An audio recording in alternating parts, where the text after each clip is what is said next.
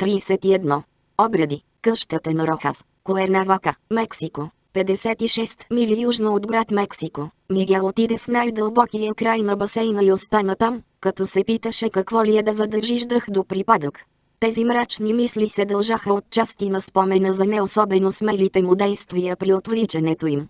Соня беше се показала като по-силната от тях двамата и въпреки неотслабващата си любов към нея Мигел все повече се тормозеше колко много страх бра и как не успя да защити своята жена, както е редно да постъпи всеки истински мъж. По едно време дори се беше разплакал, а Соня го успокояваше. Сега се ругаеше за това. Баща му загатна малко тази тема по време на закуската, като предложи Мигел да иде отново на курсовете по бойни изкуства, които беше посещавал преди години. Предложи му дори Фернандо да му покаже някои неща, а и да плати за едно пътуване до Тайланд, където да го обучават майстори по муайтай. Мигел отказа учтиво. След това се извини и отиде при басейна, където остана почти цял ден, а Соня, излегната по-бански на шезлонга до него, чете испанско списание, посветено на сапунените сериали. Все още криеше от нея какво му каза Раул и се питаше дали тя изобщо е забелязала това. Всъщност, въпреки желанието си да забрави, постоянно се връщаше към последните думи на бедния мъж, молбите му към гватемалците, че картелът ще ви плати всичко и че Данте ще направи каквото поискате. През годините Мигел беше дочувал много пъти разговори между баща си и неговите привърженици, които често използваха думи като картел, наркодилъри и главорези. Баща му винаги казваше, че опитва да работи законно в среда като тази, на организирана престъпност и корупция сред полицаите. Картелите бяха смъртните врагове на империята на баща му и младежът смяташе отначало, че Раул може да е бивш член на картела, когото баща му е взел на работа. Това не беше рядкост. През годините Фернандо наемаше на работа много младежи от бедните квартали на града и ги превръщаше в охранители и бодигардове.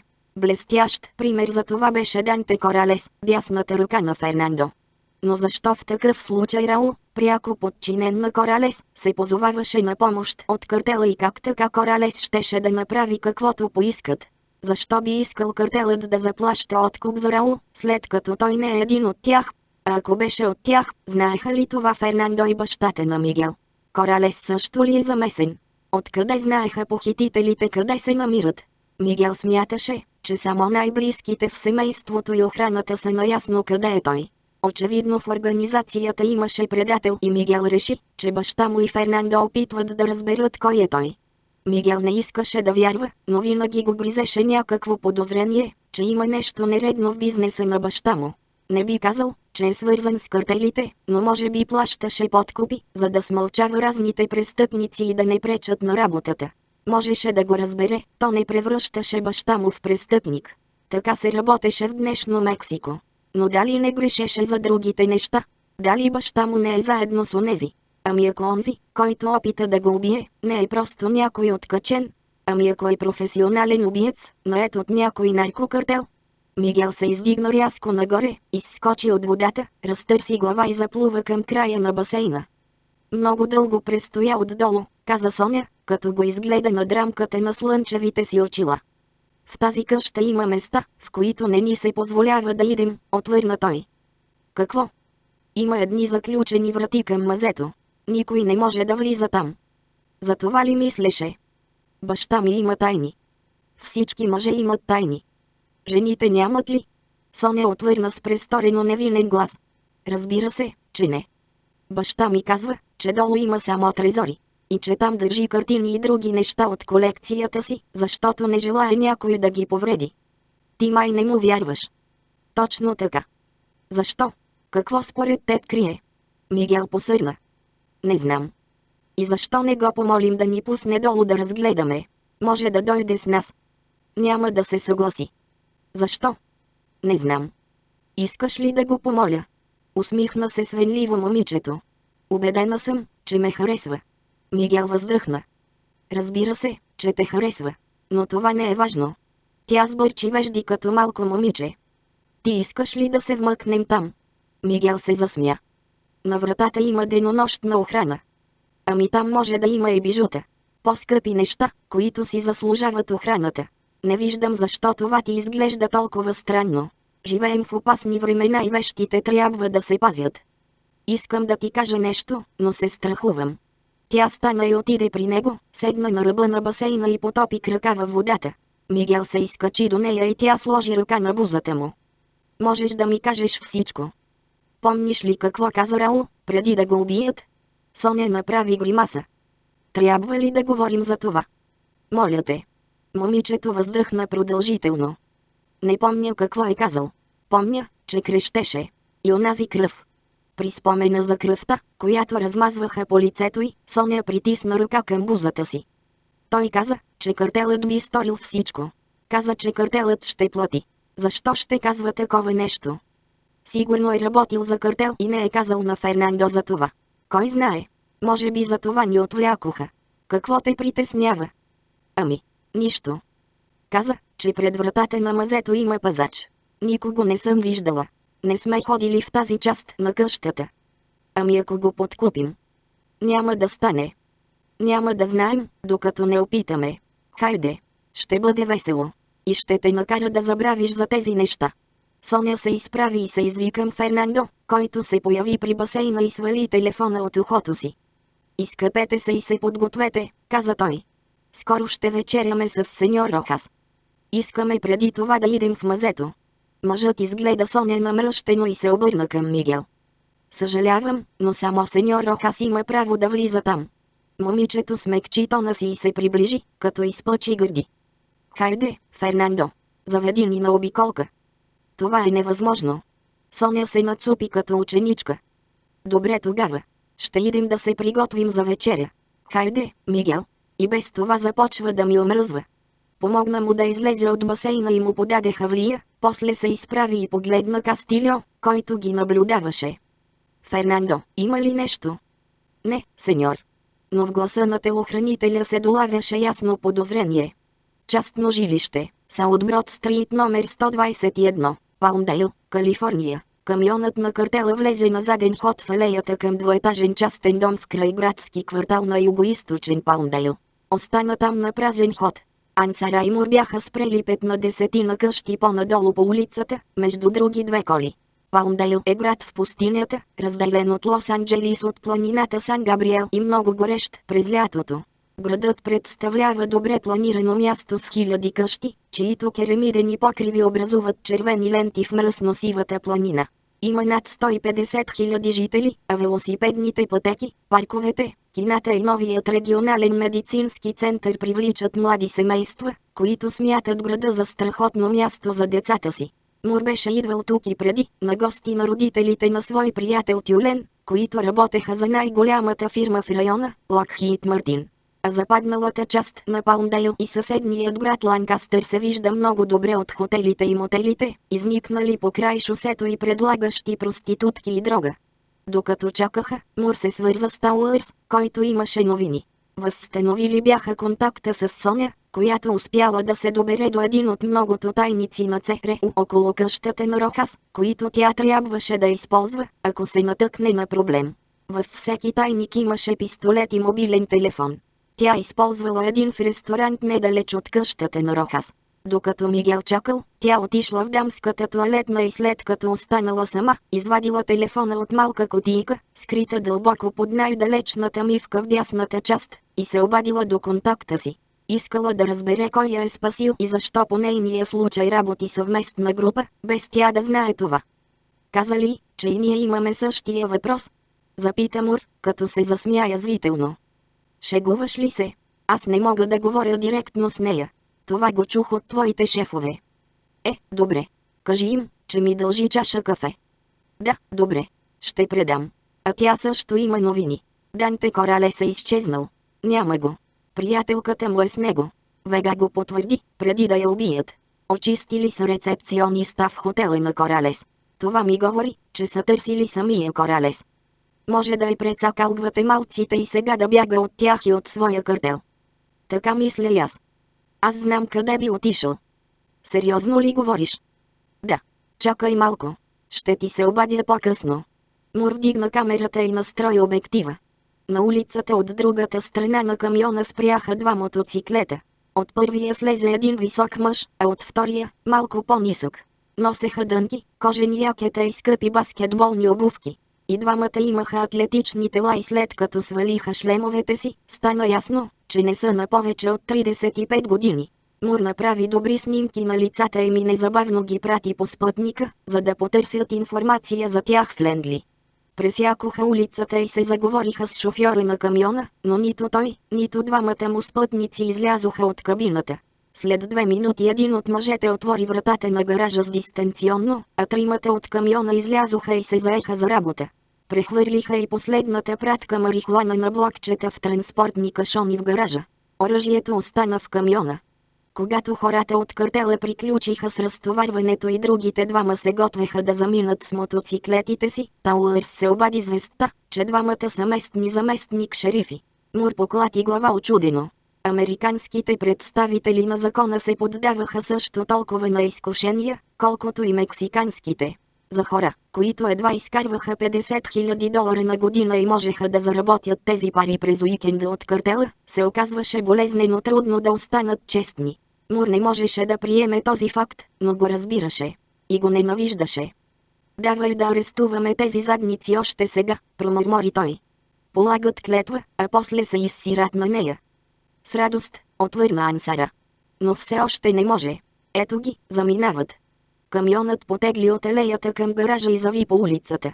Мур вече знаеше повече за този камион от Тауърс. Регистриран беше на името на Роберто Гузман с адрес Арчут Авеню 14818, град Ван Нуис, Калифорния. Гузман имаше фирма за товарни превози в Лос-Анджелис. Не знаел нищо за това, че камионът му се използва за товарене, превоз и разпространяване на марихуана. Според думите му шофьорът на камиона бил негов работник и взел камиона за почивните дни, за да извърши дребни ремонти по него и да спести малко пари на шефа. Разбира се, това бяха глупости. Гузман определено бе глупен, даваше камиона си назаем на картела и щеше да си изплати за това. Продължиха още половин час на юг, където камионът се отклони от магистралата и отби в една бензиностанция. Тримата мъже влязоха в магазина. Двама се отправиха към един коридор в задната част на сградата, вероятно за да ползват тоалетната, а третият, шофьорът, отиде до витрината за безалкохолни напитки и бира. Мур каза на Ансара да паркира на колонката зад камиона и 2 минути по-късно успя да сложи предавателя под бронята му, след което се върна, за да налее гориво в пикала.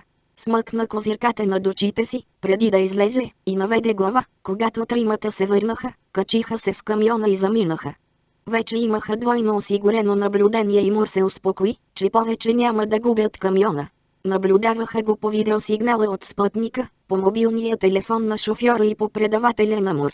Ако успееха да му избягат, Мур щеше да напусне службата на мига. Но реши, че е по-добре да не се зарича. Случвали се бяха и по-странни неща. "Купиха бира и лимони", каза Ансара. "Вече празнуват." Преди Мур да отговори, Ансара посегна към вибриращия си телефон. "Да, така ли? Добре.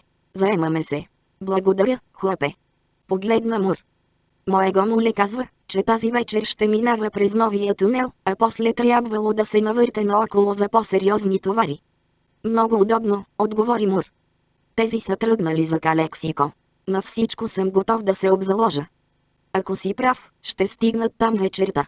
В Сан Бернардино ще се забавим заради трафика." "Само там ли?" запита Ансара. "Ще прекараме почти целия път до там в натоварен трафик." Мур въздъхна и погледна през стъклото към колите, които ги надминаваха. Изпревари ги един друг пикап с 2 планински велосипеда в карусерията. Мур се усмихна, със сигурност щеше да се претрепе, ако се наложеше да кара някой от тях. "Къщата на Ромеро, Мексикали, Мексико." Педро Ромеро се обади на жена си, Сесилия, 2 пъти, но тя не вдигаше мобилния си телефон. След това опита телефона на Бланка, 16-годишната му дъщеря, която също не отговаряше. Мария, 12-годишната, нямаше мобилен телефон, но беше обсебила домашния. Но и тя не отговори, а и телефонният секретар не се включи. Дали не са на пазар? Дали мрежата се е разпаднала? Ромеро ги търсеше само за да каже, че ще закъснее, но вече започваше да се тревожи. Но когато спря пред къщата си, видя, че колата на жена му е на мястото си, а и лампите вътре светеха. Много странно. Отвори входната врата и влезе в фоайето. Извика жена си. Никой не отговори. Тръгна към хола. Онова, което видя, му причини страшна болка, сякаш някой е забил крив нож дълбоко в гърба му. Онемя. Дъхът му спря. Закова се на мястото си шокиран, обзет от страх, а после потрепери и отвори широко очи. Бланка и Мария седяха на дивана с ръце зад гърба и с сиво тиксо на устата. Очите им бяха зачервени, а косите – разрошени. До тях седеше жена му, също с запушена уста и завързана. От двете им страни се намираха двама мъже с тъмна кожа, с дънки и фланелени горнища като работници-емигранти, макар че съвсем не бяха такива. Имаха дълги бради и държаха срещу семейството му насочени пистолети. От кухнята излезе друг мъж, който сърбаше чай, а конецът на пликчето висеше от чашата. Носеше същите дрехи като останалите и също имаше брада, но изглеждаше малко по-стар. Той сви очи, взря се в Педро и заговори на испански с акцент. Отдавна ви чакаме, сеньор Ромеро. Вие се обаждахте, за да кажете на жена си, че ще закъснеете, нали? Ромеро се задъха от страх и гняв. Но повече от страх. Кои сте вие? Разбрахме, че строите нещо, тунел може би. Като инженер, като човек, обучен да изгражда и разгражда ситуации, Ромеро разбра незабавно какво става. Тези бяха араби. Със сигурност терористи. Търсеха безопасен преход в Съединените щати и щяха да избият семейството му, ако не ги послуша. Нямаше нужда от думи. Разбирам, каза Ромеро. Очите на високия мъж се разтвориха малко. Така ли? Разбира се. Мога да се обадя и да предупредя, че идваме. Ще ви прекарам. А вие ще освободите семейството ми. Сеньор Ромеро, вие сте много смел и умен човек. Правете каквото искаме и всичко ще бъде наред. Само вие тримата ли сте? Мъжът поклати глава. Не, още 14. Общо 17 души. 17. Зяпна Ромеро. Защо се тревожите толкова? Няма да нараним семейството ви. Но хората, за които работя, ще го сторят, ако научат, че съм допуснал толкова много хора да преминат.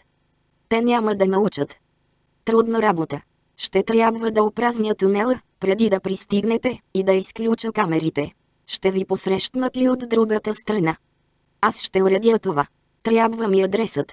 От другата стая се чу шум на водата в тоалетната и след малко се появи един мексиканец, на възраст колкото Ромеро. Погледна го намръщен, после вдигна рамене сякаш за да каже съжалявам. Това е Фелипе. Той ще остане тук, за да се погрижи да минем от другата страна. Ако му се обадя и му кажа това, семейството ви ще бъде освободено. Ако не получи обаждане от мен, има инструкции да ги убие. Ромеро заговори бързо на Фелипе, като се надяваше скоростта на думите му да обърка арабите. Виждаше, че им е трудно да следват забързания му говор. Сеньор, защо сте се ангажирали тези терористи?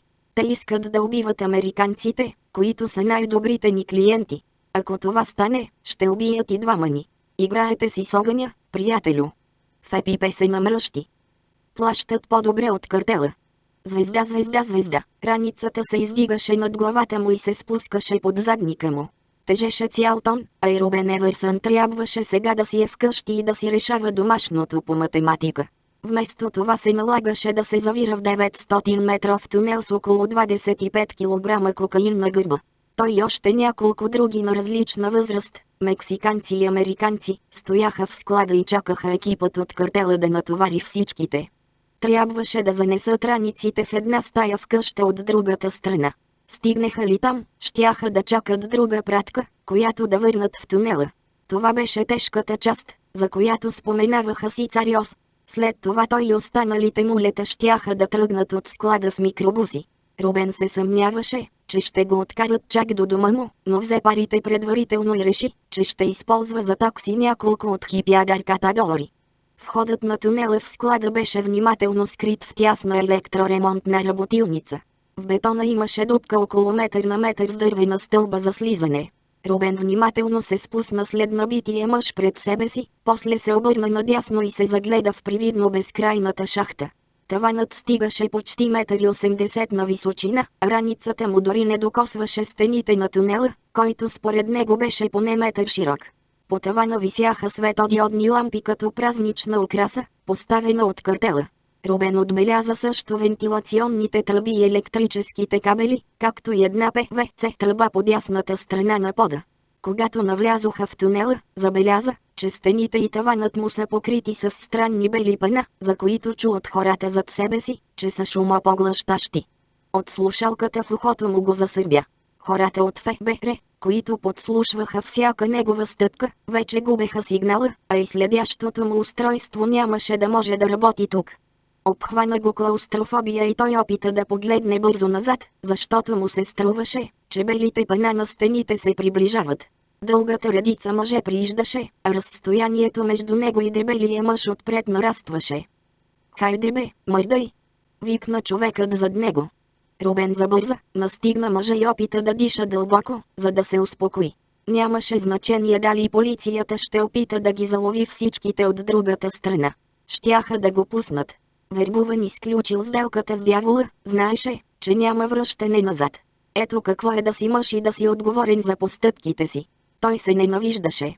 Мъжът зад него изсумтя и каза: "Добре дошли в Америка."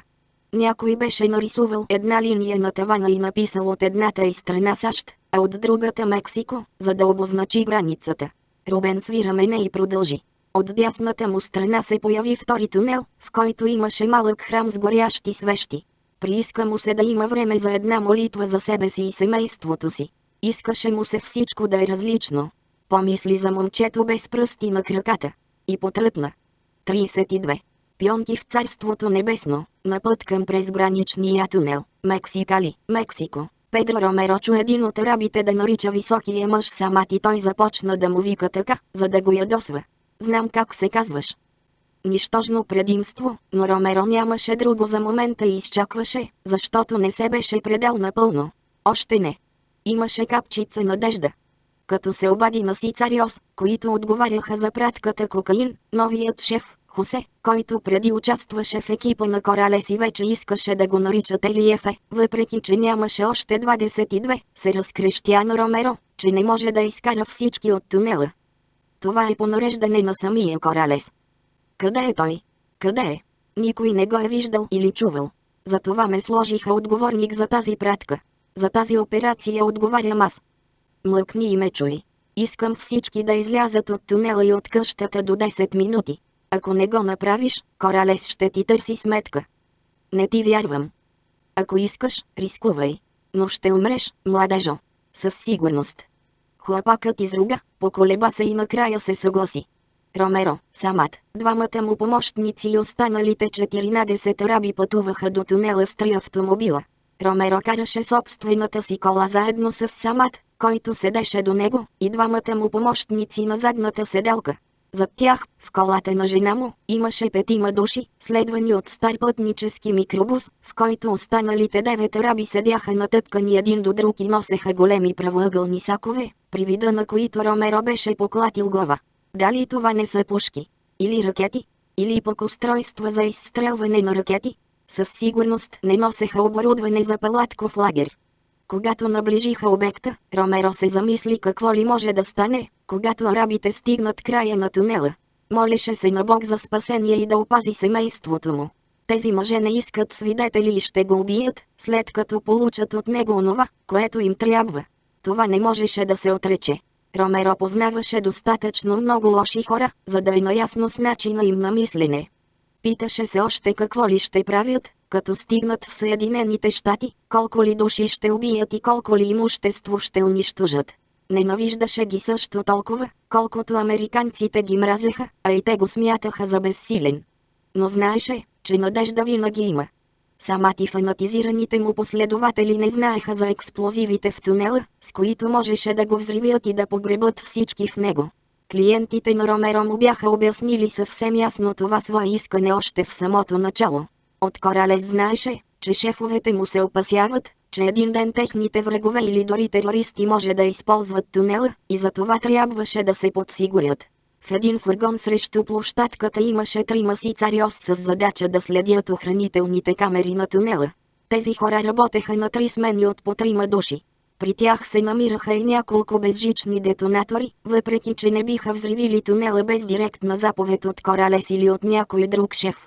Резервните детонатори се намираха на горния рафт на един шкаф в сервизната стая. Ромеро трябваше само да вземе един от тях, преди да вкара арабите в тунела. И тогава щеше да направи своя ход.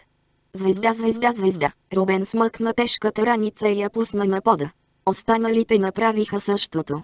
Преди да успеят да седнат, за да чакат пратката за Мексико, главорезът, който настояваше да го наричат Елиефе, се показа от тунела и им нареди да се махат. Така наредили отгоре. Ами другата пратка? Запита Рубен. Мислех, че им трябваме. Казаха, че ще получим премия. Забрави. Тръгвайте. Рубен се намръщи. Ами раниците? Кой ще ги вземе? Не знам. Нещо не е ли наред? Виж, аз трябва да опразня къщата незабавно. Такива са нарежданията. И така ще стане. В такъв случай аз се връщам с вас, каза Рубен. Обещали са да ме закарат. Елиефе поклати глава. Махай се от тук, мамка ти. Ще си намериш превоз. Един от другите мулета, вероятно най-възрастният, с посивяла коса на лявото слепоочие, каза. Не можем да излезем заедно. Това ще привлече много внимание. Така ни казаха. Можете, мамка ви. Тръгвайте. Другите тръгнаха един след друг по край Рубен към вратата. Най-възрастният ги спря. Елиефе изтича до него и опря пистолета си в челото му. Пето римско Янсе. Мъжът изгледа младока злобно, след което кимна бавно и се обърна към вратата. Мулетата се занизаха след него. Аз първо отивам да се изпикая, каза Рубен и се отправи към тоалетната. Влезе, затвори вратата и зачака. В къщата стана тихо. Той пусна чешмата и се обади на Ансара, който вече знаеше какво става. Сега какво да правя? Върни се в тунела. Виж какво става. Ти луд ли си? Кажи им, че не можеш да си намериш телефона. Връщай се. Има причина да опразнят къщата. Голямата пратка е само на половин час път от тук. Прави каквото ти казвам. Нали помниш разговора ни? Рубен излезе от тоалетната и се озова срещу Елиефе, който го чакаше. Ти с кого разговаряше? С този, който ще ме кара. Тръгвай. Рубен свира мене, излезе, зави бързо наляво и се скри в храстите до къщата. Постоя така, след което внимателно се приближи до един от прозорците. По дяволите, щорите бяха пуснати. Обиколи до предната врата и долепи ухо до нея. Нищо. Хвана дръжката и отвори вратата, след което отиде в спалнята в задната част на къщата. Там, в големия гардероб, се намираше входът на тунела. Елиефе и хората му очевидно бяха в него, за да се върнат в склада. Рубен взе да кърши ръце и да ходи напред-назад пред тъмния квадрат на изрязаната в пода дупка. Трябваше да се махне от тук, защото е опасно. Но дали наистина ще го наранят, че е тръгнал да си търси телефона? Но чакай малко. Как да използва това оправдание? Елиефе го чу да говори по телефона си. Мамка му. Трябваше да измисли друго нещо. Сторило му се, че отвън има полицай и затова е изтичал обратно. Да, така ще отклони вниманието от себе си. Слезе по стълбата, обърна се и забърза по влажната пръст, като следваше крушките. Но този път наистина му се приходи до тоалетната. Звезда, звезда, звезда. На път за тунела Ромеро обясни на Самат, че тримата си цариоз в фургона ще ги наблюдават през охранителните камери с автономно захранване, каквито имаше навсякъде из склада и в тунела. При проверката някои камери имаха твърде слаб сигнал, за да предават на повърхността. Трябваше да се случат две неща наведнъж, да се прекъсне връзката на тези камери с мониторите и онези си цариоз да се разделят с телефоните си, по думите на Ромеро. Инженерът имаше ключове и достъп до електротаблата и можеше да изключи захранването, стига хората на Самат да се оправят с тримата си цариоз. Паркираха колите си южно от площадката, на скришно място за тежките багери и булдозери, и бързо излязоха. Самат изпрати 6 души да се справят с пазачите, а той и двамата му помощници придружиха Ромеро до електротаблото зад склада. Макар и строителен инженер, той познаваше процедурите за аварийно спиране на захранването. Когато наближиха, се наложи да се скрият зад едни дренажни тръби, за да наблюдават как тримата млади си цариос излизат през главната врата на склада и се качват в един джип. Ромеро разпозна един от тях, Елиефе. Добро момче, помисли си той. Още не го знаеше, но току-що си беше спасил живота, защото следваше указанията. Когато двете групи заеха позиции, Ромеро отвори вратата на таблото със своя ключ, дръпна главния шалтер, който изгумтя и няколко от лампите на паркинга угаснаха. В същото време Самат даде заповед хората му да отстранят онези в фургона. След това погледна към инженера. Да тръгваме. Ромеро поведе арабите, които си светеха с телефоните, след това спря пред ремонтната стая и каза: "Чакайте тук." "Защо?" запита Самат. "Защото трябва да взема дистанционното." "За какво?" "За да изключа аварийните батерии на камерите и записващите устройства, защото иначе ще проследят записите и ще видят какво става тук." "Много добре," отвърна арабинът. "Но ще дойда с теб." Ромеро свира мене. "Добре." Двамата влязоха в стаята, минаха край тежките помпи за отводняване на тунела и се отправиха към шкафчетата за дрехи. Телефонът на Самат иззвъня и той каза нещо забързано на хората си, след което обяви: "Много добре. Онези в фургона са мъртви. Не са успели да се обадят по телефоните си." С един от многобройните си ключове Ромеро отвори шкафа, после посегна и взе безжичния детонатор, преди Самат да го разгледа добре. Детонаторът беше колкото преносима радиостанция и имаше малка гумена антена. Много прост, от старата школа, но ефективен. Ромеро се престори, че натиска няколко бутона, след което пъхна дистанционно в джоба си. Взе две фенерчета от шкафа и подаде едното на Самат. "Добре. Сега можем да вървим. Надявам се да спазите обещанието си, когато се озовете на другия край, да се обадите на Фелипе и да му кажете да освободи семейството ми." Самат се усмихна. "Разбира се." Дойдоха и другите араби, и Ромеро ги поведе по калната дървена стълба, която скърцаше. Самат го следваше с пистолет в ръка. Изминаха 30 на метра до първите завои на 90 градуса, рязко наляво, след това рязко надясно, и видяха светлинка далеч пред себе си. Тя ставаше все по-силна и зад нея се появи силует. Човекът отсреща идваше право към тях. "Стой! Кой е това?" запита Самат и цялата група спря. "Не знам," отвърна Ромеро. "Тунелът трябваше да е празен. Сигурно е някой от мулетата." След това запита на висок глас: "Кой си?" Извинявайте, аз съм Рубен. Мисля, че отвън има полиция." Наложи се да се върна. Ромеро отиде забързано при момчето. "Сигурен ли си за полицията?" "Не." "А защо трепериш?" Звезда, звезда, звезда." Рубен вдигна телефона и насочи трептящата светлина към хората зад Ромеро. Те имаха тъмна кожа и бради, определено не като мексиканците. Един отзад викна нещо на останалите зад себе си. Не говореха испански, а и Рубен беше убил достатъчно дигитални терористи от видеоигрите, за да се досети, че са от Близкия изток и че може би са терористи. "Яла, да тръгваме," нареди мъжът отзад. Рубен знаеше тази дума. Онези говореха на арабски. Ромеро въздъхна, прехапа устни и се обърна към Самат. "Този е от мулетата на картела." Уплашил се е, защото е помислил, че отвън има полиция, но не е сигурен. "Не мисля, че е имало полицай," отвърна Самат с странна увереност. "Нека поговоря с него." Ромеро отстъпи и пропусна Самат край себе си. Арабинът заговори тихо на момчето, думите му почти не се чуваха, но в следващия Рубен размаха ръце към лицето и врата му, а Самат се промъкна зад него и заби нож в гърдите на момчето. Рубен падна на земята си скривено от болка лице, а от гърдите му бликна кръв, която опита да спре с ръка. "Но той е само момче," викна Ромеро. "А ти си само мъж, който ще го последва." "Съжалявам," зарида Рубен. "Не исках нищо лошо. Не искам да умра. Не ме оставяйте тук. О, Господи! О, Господи!" Ромеро не можа да се въздържи. Клекна до младежа и взе ръката му. "Господи Исусе, прибери го до пазвата си и го пази от всяко зло." "Да тръгваме," процеди през зъби Самат и подаде телефона на момчето на един от мъжете. "Педро, ти води." След това се промъкна зад Ромеро и опря пистолета в тила му.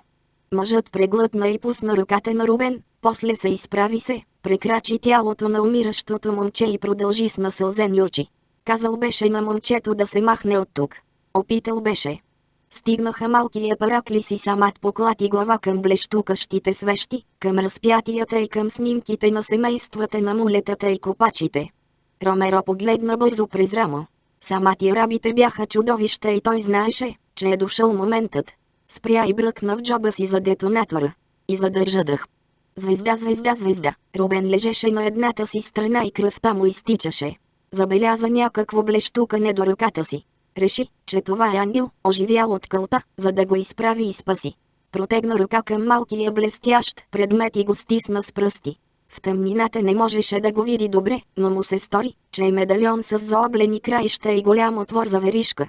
Спомни си, че докато се бореше с арабина, усети как някаква веришка се къса под пръстите му. Прибра медальона в дланта си, затвори очи и се помоли на Бог да го спаси. По пътя към къщата с презграничния тунел, Калексико, Калифорния, камионът на картела се намираше 5-6 коли пред тях и Мур смяташе, че до къщата им остават 20 на минути. Тауърс се беше обадил преди малко, за да каже, че са загубили връзка с мулето на Ансара. Хлапето можеше и да е мъртво.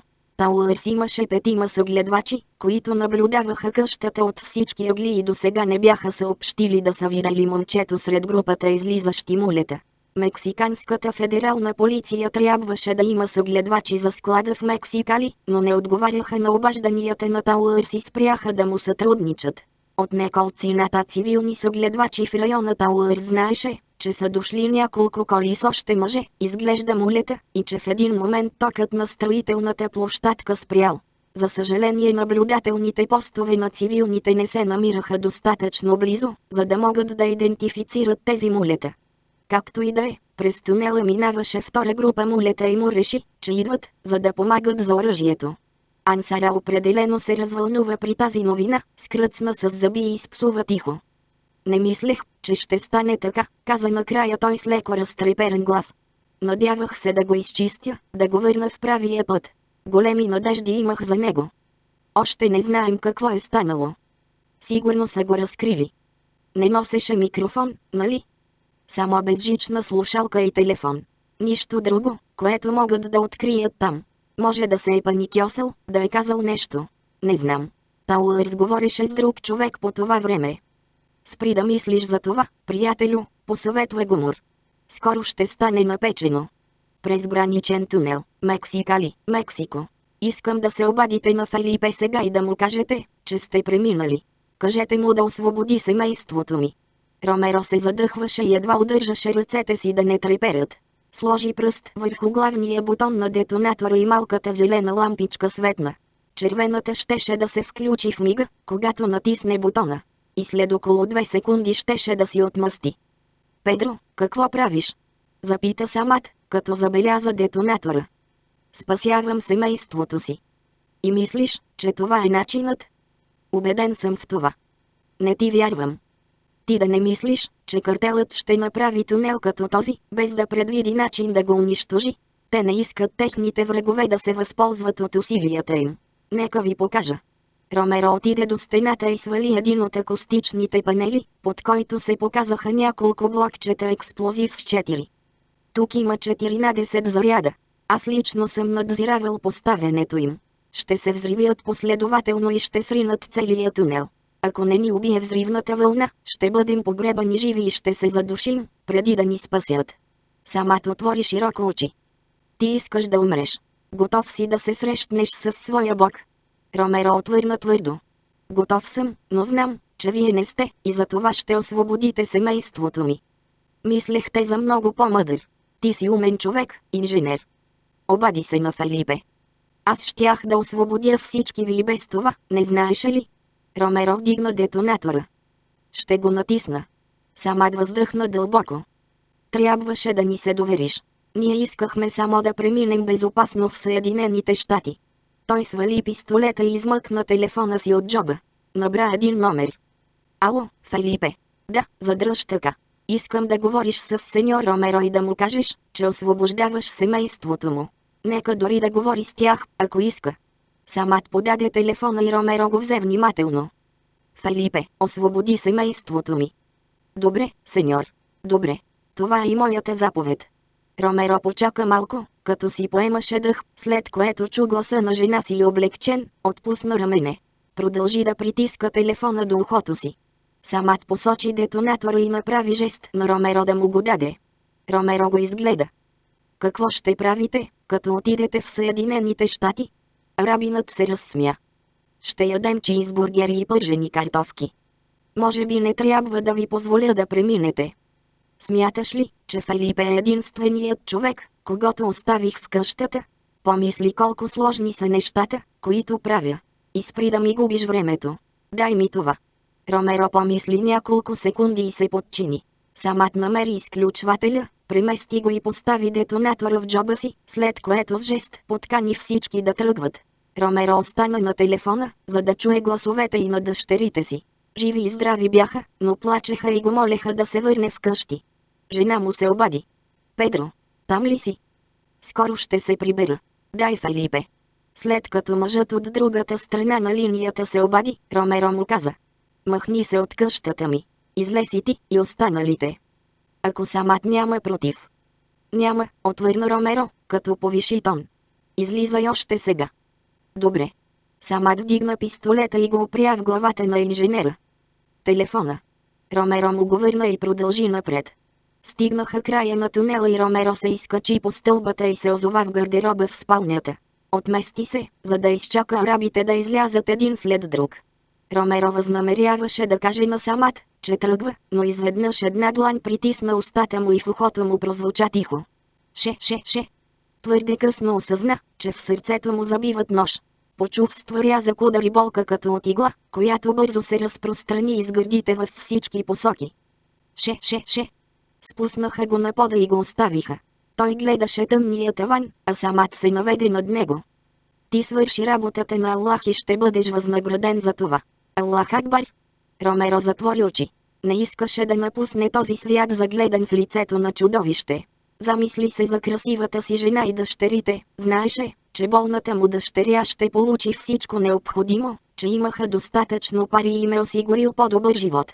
Душата му плачеше, че трябва да ги напусне и смъртта му ще им причини болка. Те бяха силни жени и щяха да продължат борбата с живота така, както се беше борил и той. Но сега той щеше да си построи нова къща от светлина в Царството небесно. И щеше да ги чака в нея. Самат отмести поглед от умиращия мексиканец и махна към пода, когато се включи виброалармата на телефона му. Тези раници идват с нас, но за момента ги оставете тук, на пода, заедно с изстрелващите установки, каза той на хората си. Нязи и Талвар се заеха да помагат на мъжете да извадят раниците с оръжието. Мъжът, който се обаждаше по телефона, беше техен съюзник от Афганистан и каза само 2 думи на пущо. 2 минути. Готови сме. Мъжът, когото Самат остави в тунела, за да проверява дали не ги следят, се обади да каже, че до тук всичко е наред. Хората му стояха в редица с ръце зад гърбовете. Шаваха нервно, но Самат вярваше в обучението и решимостта им. Сирените засвириха по-силно и Самат отиде до прозореца, като накрая видя 2 коли на полицията от Калексико, последвани от 2 полицейски микробуса с мигащи лампи. Колите спряха и от тях изтичаха 8 полицаи с извадено оръжие, които нахлуха в къщата. Добре, каза Самат спокойно. Всички сме арестувани в името на Аллах. Предната врата се отвори рязко и през нея минаха 2 полицаи с ниско подстригани бради и с тъмна кожа като на Самат. Добре, слушайте сега, каза единият полицай отново на пущо. Ще изчакаме 1 минута. След това излизаме, като вие държите ръце зад гърбовете си, сякаш сте с белезници. Ние ще вземем чантите. Отлично, възкликна Самат. Неговите хора тук правеха добро представление за съгледвачите на картела, които със сигурност ги наблюдаваха. Разбира се, можеше да има и други врагове на картела, съперници, а и хора от федералната полиция на двете страни. Тръгваме към микробусите, каза полицаят на други 2 свои колеги, които влязоха през задната врата.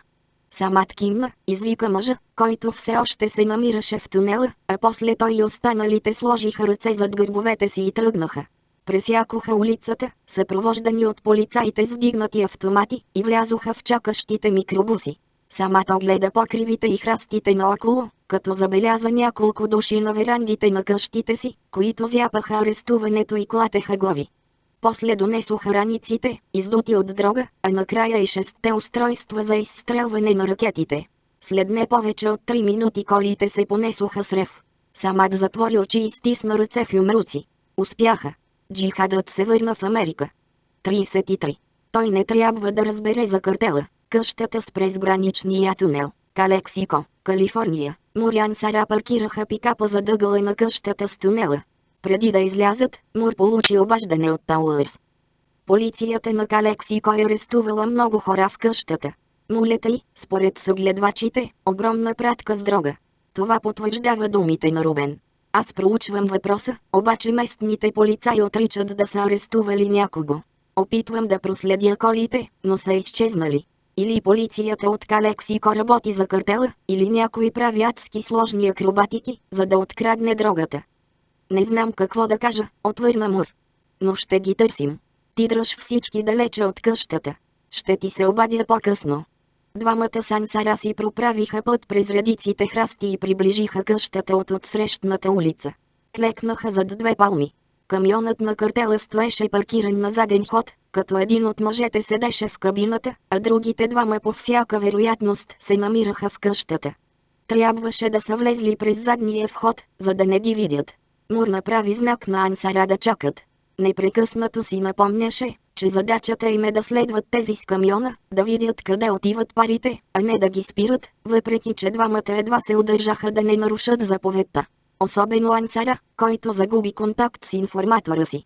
Изчакаха още 5 минути, преди вратата на гаража да се отвори и двамата мъже да се появят в светлината на слабата крушка. Мъжът, когато му разпозна като шофьора, се зае с ключалката на задната врата на камиона. Мъжът в кабината слезе и отиде при другите двама, които започнаха да прехвърлят съндъците с оръжие в гаража. След като разтовариха камиона, спуснаха вратата на гаража. Колко ли ще чакат? Онези не можеха да пренесат всичкото оръжие наведнъж. 5 минути? 10? Ансара даде знак на Мур. Да тръгваме. Мур се поколеба и кимна. Къщата на Рохас, Куернавака, Мексико, 56 мили южно от град Мексико. Фернандо Кастильо влезе в офиса на сеньор Рохас, обзаведен като плашещ паметник на този мъж, пред когото всички се огъваха, сякаш беше ураган. Хората, правителството, всички се адаптираха към него и решенията му. Правеше го и непоколебимо лоялният Кастильо. Рохас го беше измъкнал от бедността, осигурил му бе невъобразими богатства и уважение, каквото не получаваше дори от собственото си семейство. Кастильо хвърли поглед към рафтовете книги, които се издигаха почти 8 метра и обхващаха 12-метровата стена в задния край на стаята. Огромното махагоново бюро на Рохас се издигаше в сянката. Върху него имаше цели 4 компютъра с подредени в полукръг плоски екрани. Всъщност бюрото представляваше център за информация на човека, който седеше в купения от Париж луксозен кожен стол и пиеше вино Монтраше. До лявата стена на стаята имаше серия телевизори, настроени към кабелните финансови мрежи по целия свят. Те бяха монтирани съвсем наскоро под надзора на Кастильо.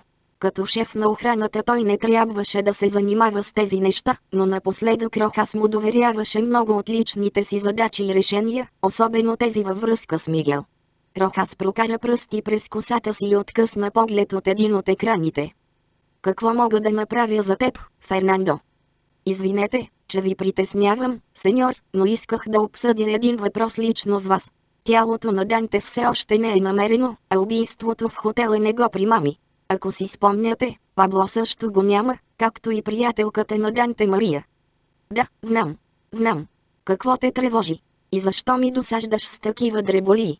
Аз ти плащам много добре, за да решаваш тези въпроси. Намери го. Той знае, че не е успял да защити сина ми. Знае последствията. Да, сеньор, но това е важно и трябва да го знаете. Имахме проблеми в новия тунел. Откраднали се нова пратка. Рохас се намръщи. Още една ли загубихме? Шегуваш ли се? Всичко загубихме. Мулетата, полицейските коли, цялата пратка. По-бавно. Какви полицейски коли? За какво говориш? Нашите съгледвачи ми казват, че полицията от Калексико, изглежда, е нападнала къщата, но никой не е видял кога полицейските фургони са стигнали в полицейското управление. Изчезнали са по пътя. Това е абсурдно. Сменили са колите. Кой е трябвало да ги следи? Искам да го убиеш. Кастильо въздъхна. Нещата са по-лоши. Избили са семейството на Педро Ромеро, нашия главен инженер. Него го открихме мъртъв в къщата, а в тунела намерихме едно от мулетата. Пратката оръжие от Минесота пристигна и хората от онзи екип са ги открили. Сега пренасят оръжието през къщата, но токът е прекъснат. Рохас разтри очи, изруга тихо и запита. Какво мислиш? Кастильо затвори очи и си пое дълбоко дъх. Когато се върнахте от Колумбия, ми казахте за срещата си с Самати за онова, което той иска. Не, това не е възможно, бързо отвърна Рохас. Аз ги предупредих и ще сгрешат, ако се занимават с нас. Данте или Зонига ни краде. Сеньор, напълно възможно е този Самат да е използвал тунела, за да премине в Съединените щати. Не го вярвам. Тонът на Кастилио стана по-категоричен. Когато полицията е изнесла раниците, нашите хора са преброили 6 допълнителни багажа. Съгледвачите са сигурни, че това не са обичайните раници, и знам, че не са били преди това в къщата. Пренесени са през тунела. Ще се обадя на Самат още сега. Ако е той, няма да отговори. В такъв случай Рахмани трябва да отговаря. А ако отрече всичко? Рохас скочи от стола си и повиши тон. Значи всичко, което изградихме заедно, е застрашено. Кастилио потръпна сякаш от студ. Рохас се сепна. Фернандо, извинявай, че ти викнах. Аз просто... Знаеш, че мислех да спра. Да се махна от всичко, но ако това, което ми казваш, е вярно. Разбирам, сеньор.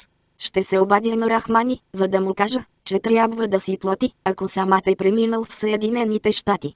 Всяка заплаха за картела трябва да бъде отстранена. Рохас остана прав и загледан някъде далече, сякаш си представяше как над всеки голям американски град избухват атомни гъби. Нашите информатори от Калексико са добре платени. Притисни ги силно. Намери шофьорите на тези полицейски коли. Искам да съм сигурен, преди да действаме. Ясно, нали? Както винаги, сеньор. Кастилио излезе от кабинета. Искаше да сподели и друга лоша новина, но Рохас имаше достатъчно главоболия.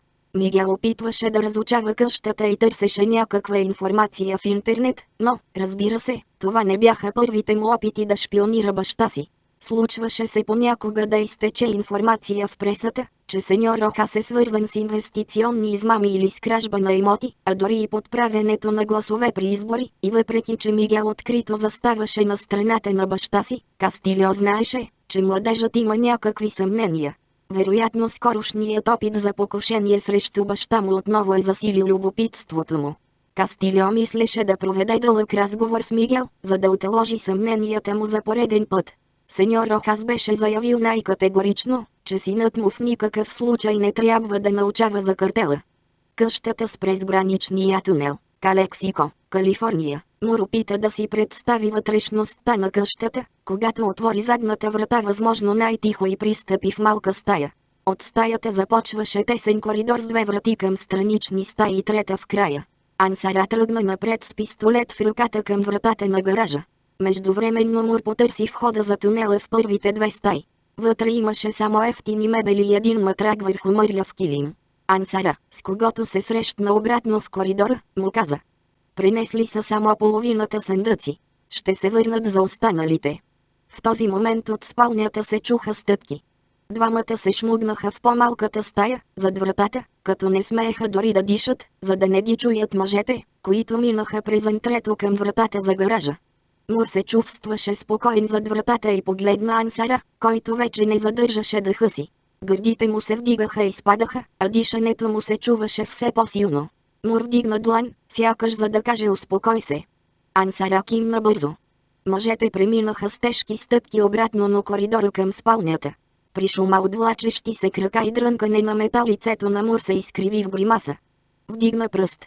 "Чакай, чакай." Извади телефона си и изпрати съобщение до Тауърс. "В къщата сме, готови да влизаме в тунела. Оръжията се изнасят. Чакай." Кимна на Ансара да тръгват.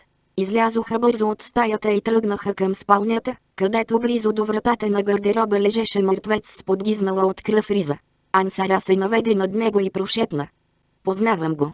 Казва се Педро Ромеро. Ръководеше строежа. Свързал се беше с моето муле." Ансара се намръщи. "Странни неща стават тука. Картелът Синалоа. Или кой знае." Не знаеха защо е убит инженерът. Докато Ансара снимаше мъртвеца и пращаше снимките на Тауърс, Мур огледа входа на тунела. Надолу се слизаше по алуминиева стълба, купена от железария за $89.99. Етикетът с цената още стоеше в горния й край. Ансара даде знак, че иска да води. Стълбата изскърца и Мур потръпна. Последва приятеля си, който вече стоеше долу, на около 2 метра под пода на стаята. Двамата тръгнаха по тунела. Въпреки доста грубия вход, самият тунел се оказа цяло инженерно чудо. С малките фенерчета, които извадиха от джобовете си, изготови за стрелба пистолети, двамата забързаха напред. Впечатлен от акустичните панели, Мур почука един от тях с пръст. В тунела имаше лампи, които сега не светеха, вентилация и тръби за кабели, а и нещо като отводнителна тръба по изметения и подравнен пръстен пот. Мур смяташе, че това е най-сложният и смел тунел, правен досега от картелите. Пред тях трепна някаква светлина и Ансара замръзна на мястото си, убеден, че тя идва към тях, но след като отново тръгнаха, двамата откриха нещо като параклис в малък страничен тунел, в края на който лежаха дървени гради на снопи, завързани с алуминиеви ленти. Свещите, кръстовете и снимките привлякоха вниманието му и той забеляза тялото едва когато Ансара прошепна: "Това е хлапето." На пода се виждаха две бразди от влаченото по гръб момче. Ансара коленичи и освети очите на момчето. На гърдите му се виждаше рана от нож. Някой беше отнел живота му за миг. Изведнъж Ансара сложи ухо на устните на момчето. "Мамка му още диша?" "Да, но не можем да останем тук," настоя Мур. "Онези може вече да са изчезнали. А ние можем да следим само един мобилен телефон. Ако онзи го угаси, ни го навират." Ансара кимна и се обърна към Рубен. "Знам, но опитва да каже нещо. Кой ти причини това, Рубен? Кой?" Мур се приближи до Ансара и се загледа в устните на момчето, които се размърдаха, но не можаха да възпроизведат думите. "Дръж се, момче," каза Мур. "Ще се върнем за теб. Обещавам." Хлапето вдигна ръка и стисна Мур за китката. "Спокойно, не се напрягай," обади се Ансара. "Не се тревожи." Мур измъкна ръката си и тръгна. Погледна през рамо и видя Ансара, загледан в момчето през насълзените си очи и задъхан. Мур знаеше много добре колко виновен се чувства приятелят му. "Звезда, звезда, звезда!" Рубен крещеше в мислите си, но нямаше силите да превърне тези мисли в звуци, разбираеми за агента от ФБР. Шантажираха Педро. През тунела минаха араби, терористи, и ме промушиха. Наръгаха ме. Сега са в Съединените щати. Минаха. Не ме оставяйте тук. Ще умра. Мислите му преминаваха бързо, неорганизирано и разбъркано и той не можеше да се съсредоточи върху тях. Представи си как Ансара казва на майка му, че е убит. "Съжалявам за сина ви." Смъртта му щеше да е достатъчно силен шок, но как ли щеше да понесе майка му вестта за наркокартела и ФБР? Едва ли щеше да я преживее. За друго не можеше да мисли и дори не осъзна, че вече спира да диша и че светлината от свещите угасна. "Звезда, звезда, звезда!" Мъжът не се представи по телефона, но Хосе разбра какво става и внезапната поява на още коли и поне още 10 сицариос му даде да разбере, че онзи е важен човек и е добре да изпълнява нарежданията му. "Но запомнете," каза Хосе. "Аз съм Елиефе. Коралес го няма." "Да, добре, хлапе. Сега прави каквото ти казвам. Ти си в фургона, нали? Виждаш ли сейфа под бюрото?" "Да." "Клекни до него. Натисни бутона за включване.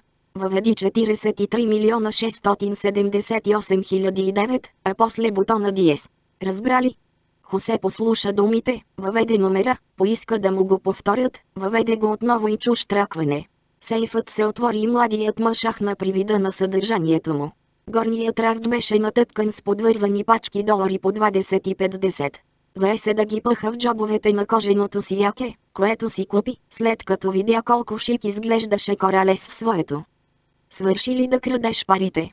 Хосе потръпна. "Не съм пипал парите." "Да, вярвам ти," изсумтя мъжът. "Виждаш ли радиостанцията вътре?" "Да." "Това не е радиостанция." След като донесат оръжията, изпрати хората обратно в тунела и го взриви, докато са още вътре.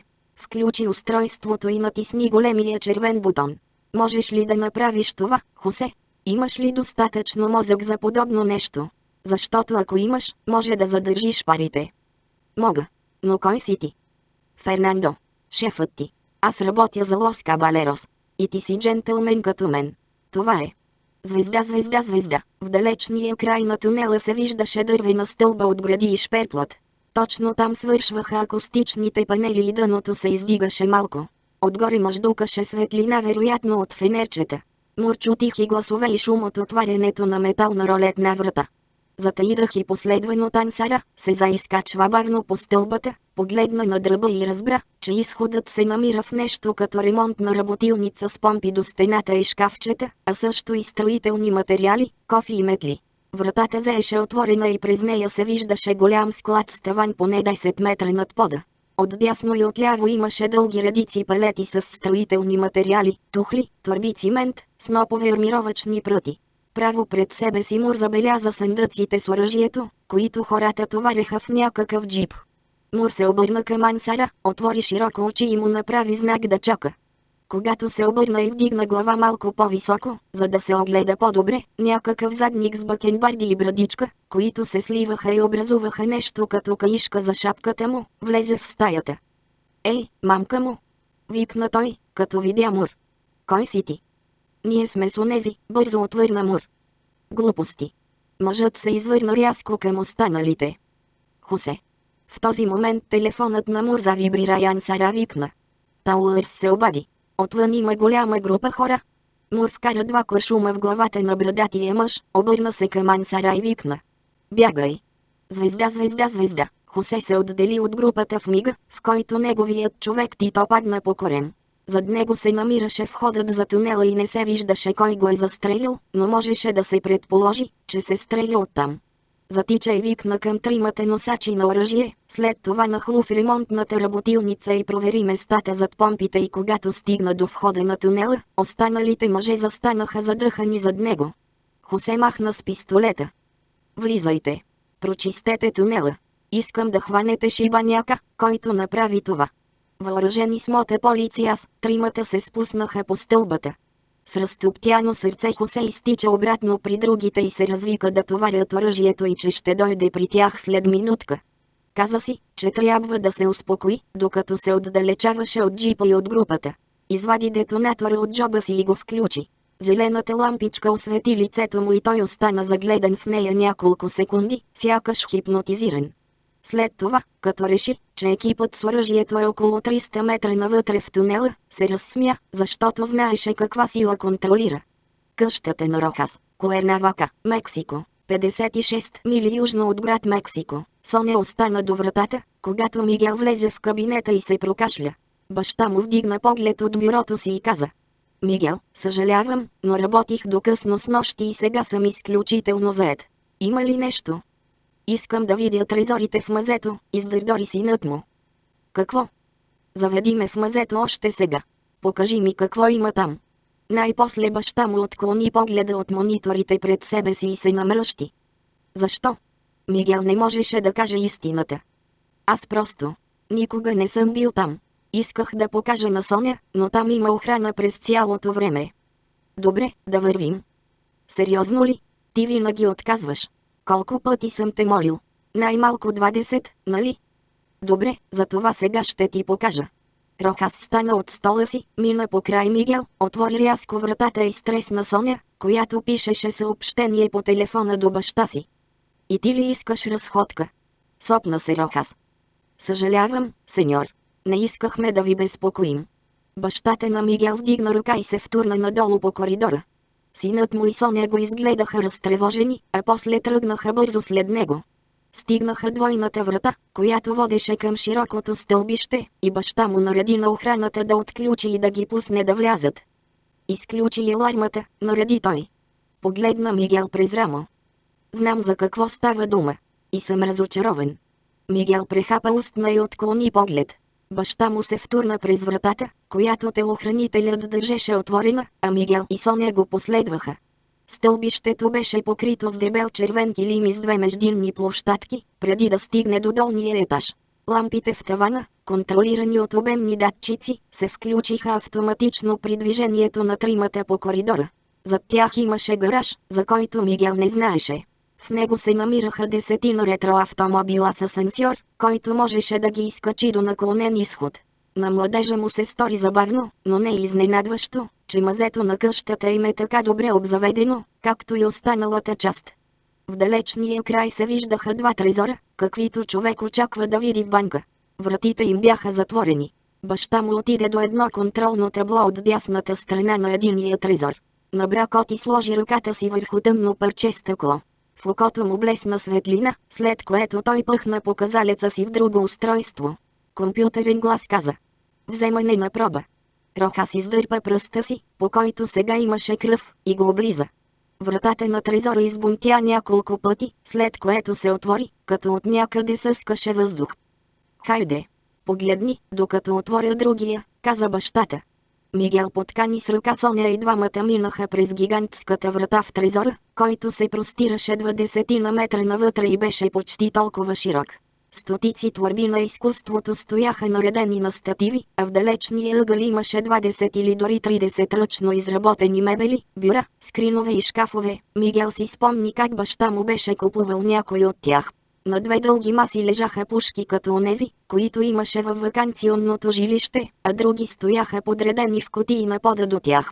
На дълги релси непосредствено вляво от тях висяха 20 на екзотични килима, несъмнено купени от баща му в Азия, като документите за всеки един все още висяха закачени за ъглите им. В шкафове с контролирана влажност на въздуха се намираха колекциите на баща му от редки книги, издавани преди 1900 година. Първи издания, за които Мигел знаеше, че струват цяло състояние. Соня гледаше очудена, а Мигел се обърна към вратата, на която се появи баща му. Какво очакваше? Запита той с обвинителен тон. Не знам. Вече ми нямаш доверие, а?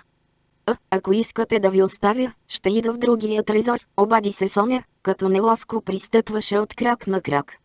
Не, няма проблем, остани, каза Мигел твърдо. Според мен проблемът е, че може би ти ми нямаш доверие.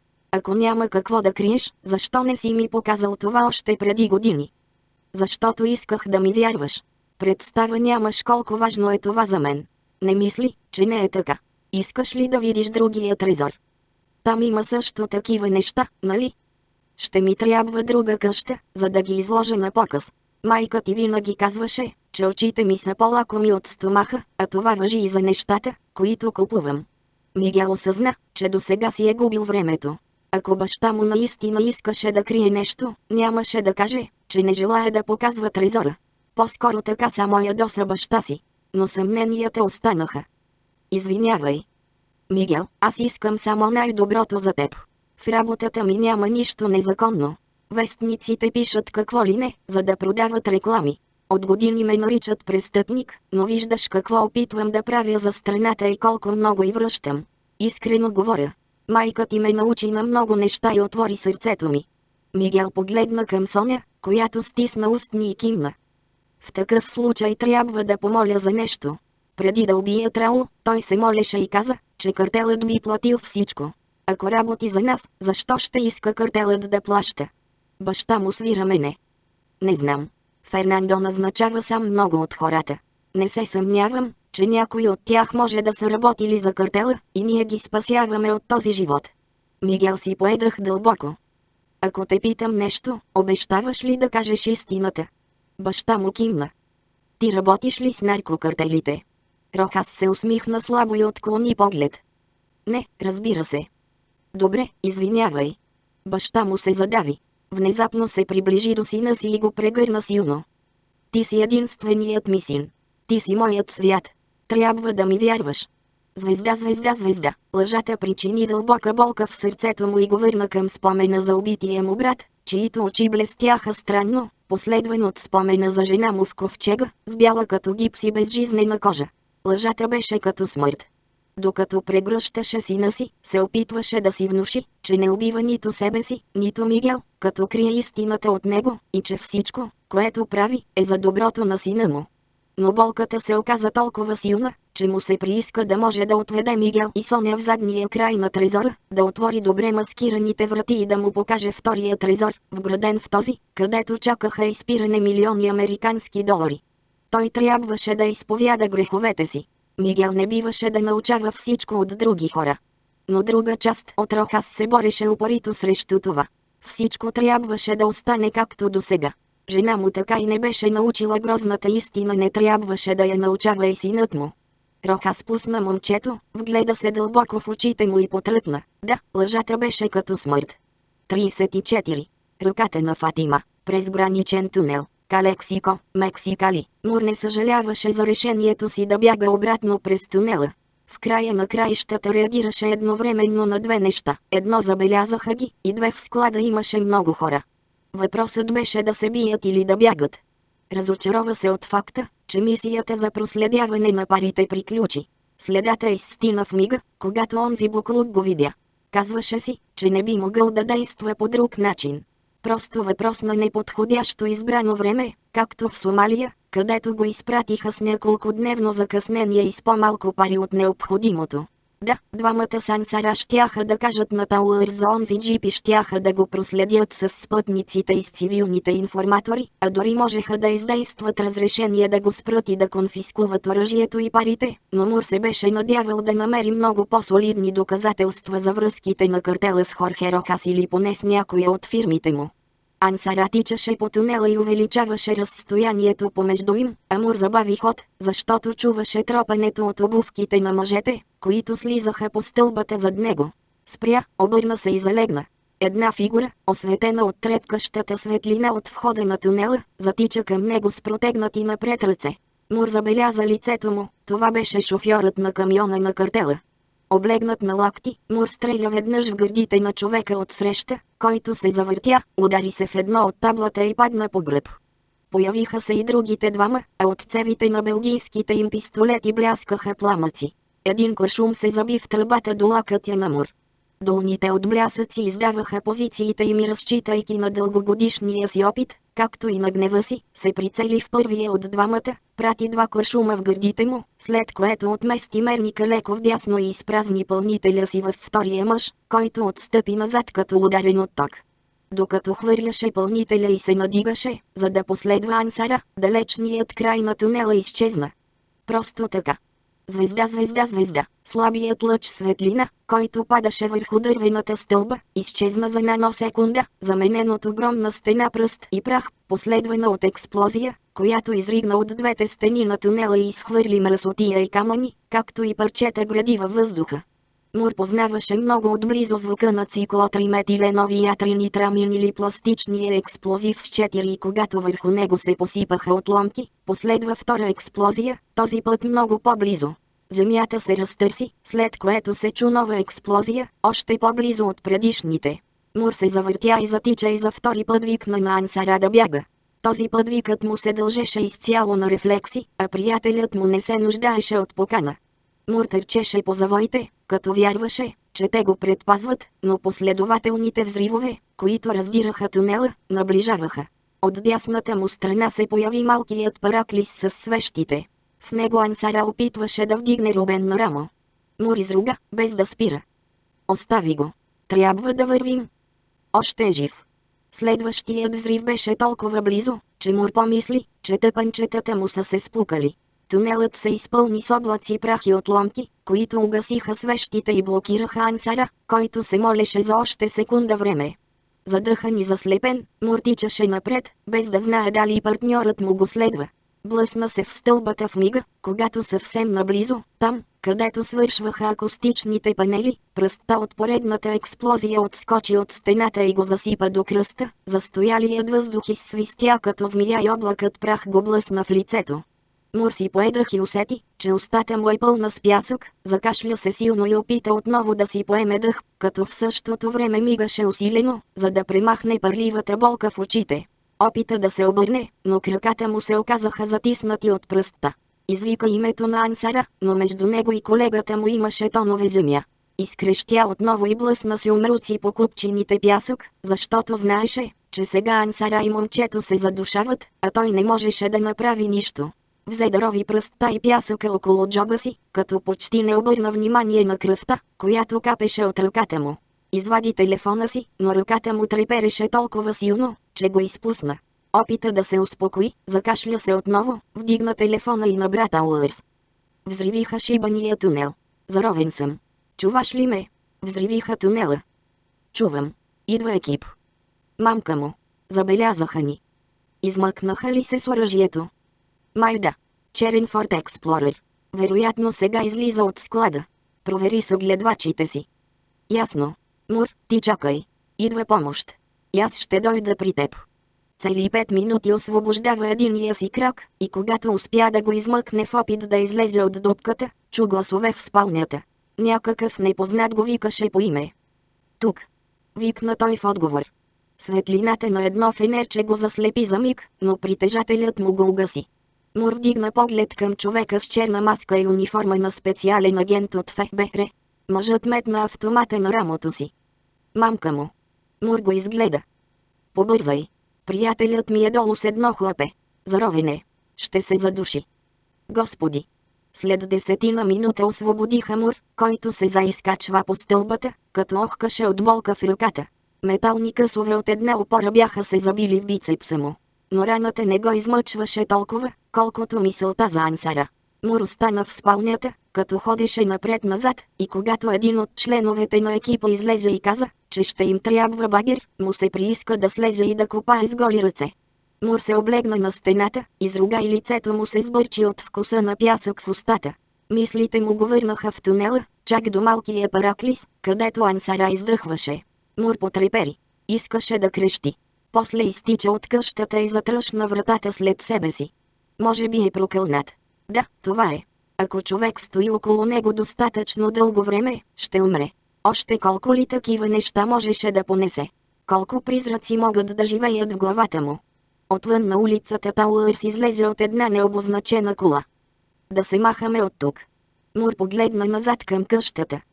Не и докато не го измъкнат. Добре, само се успокой. Мур се обърна и тръгна обратно към къщата.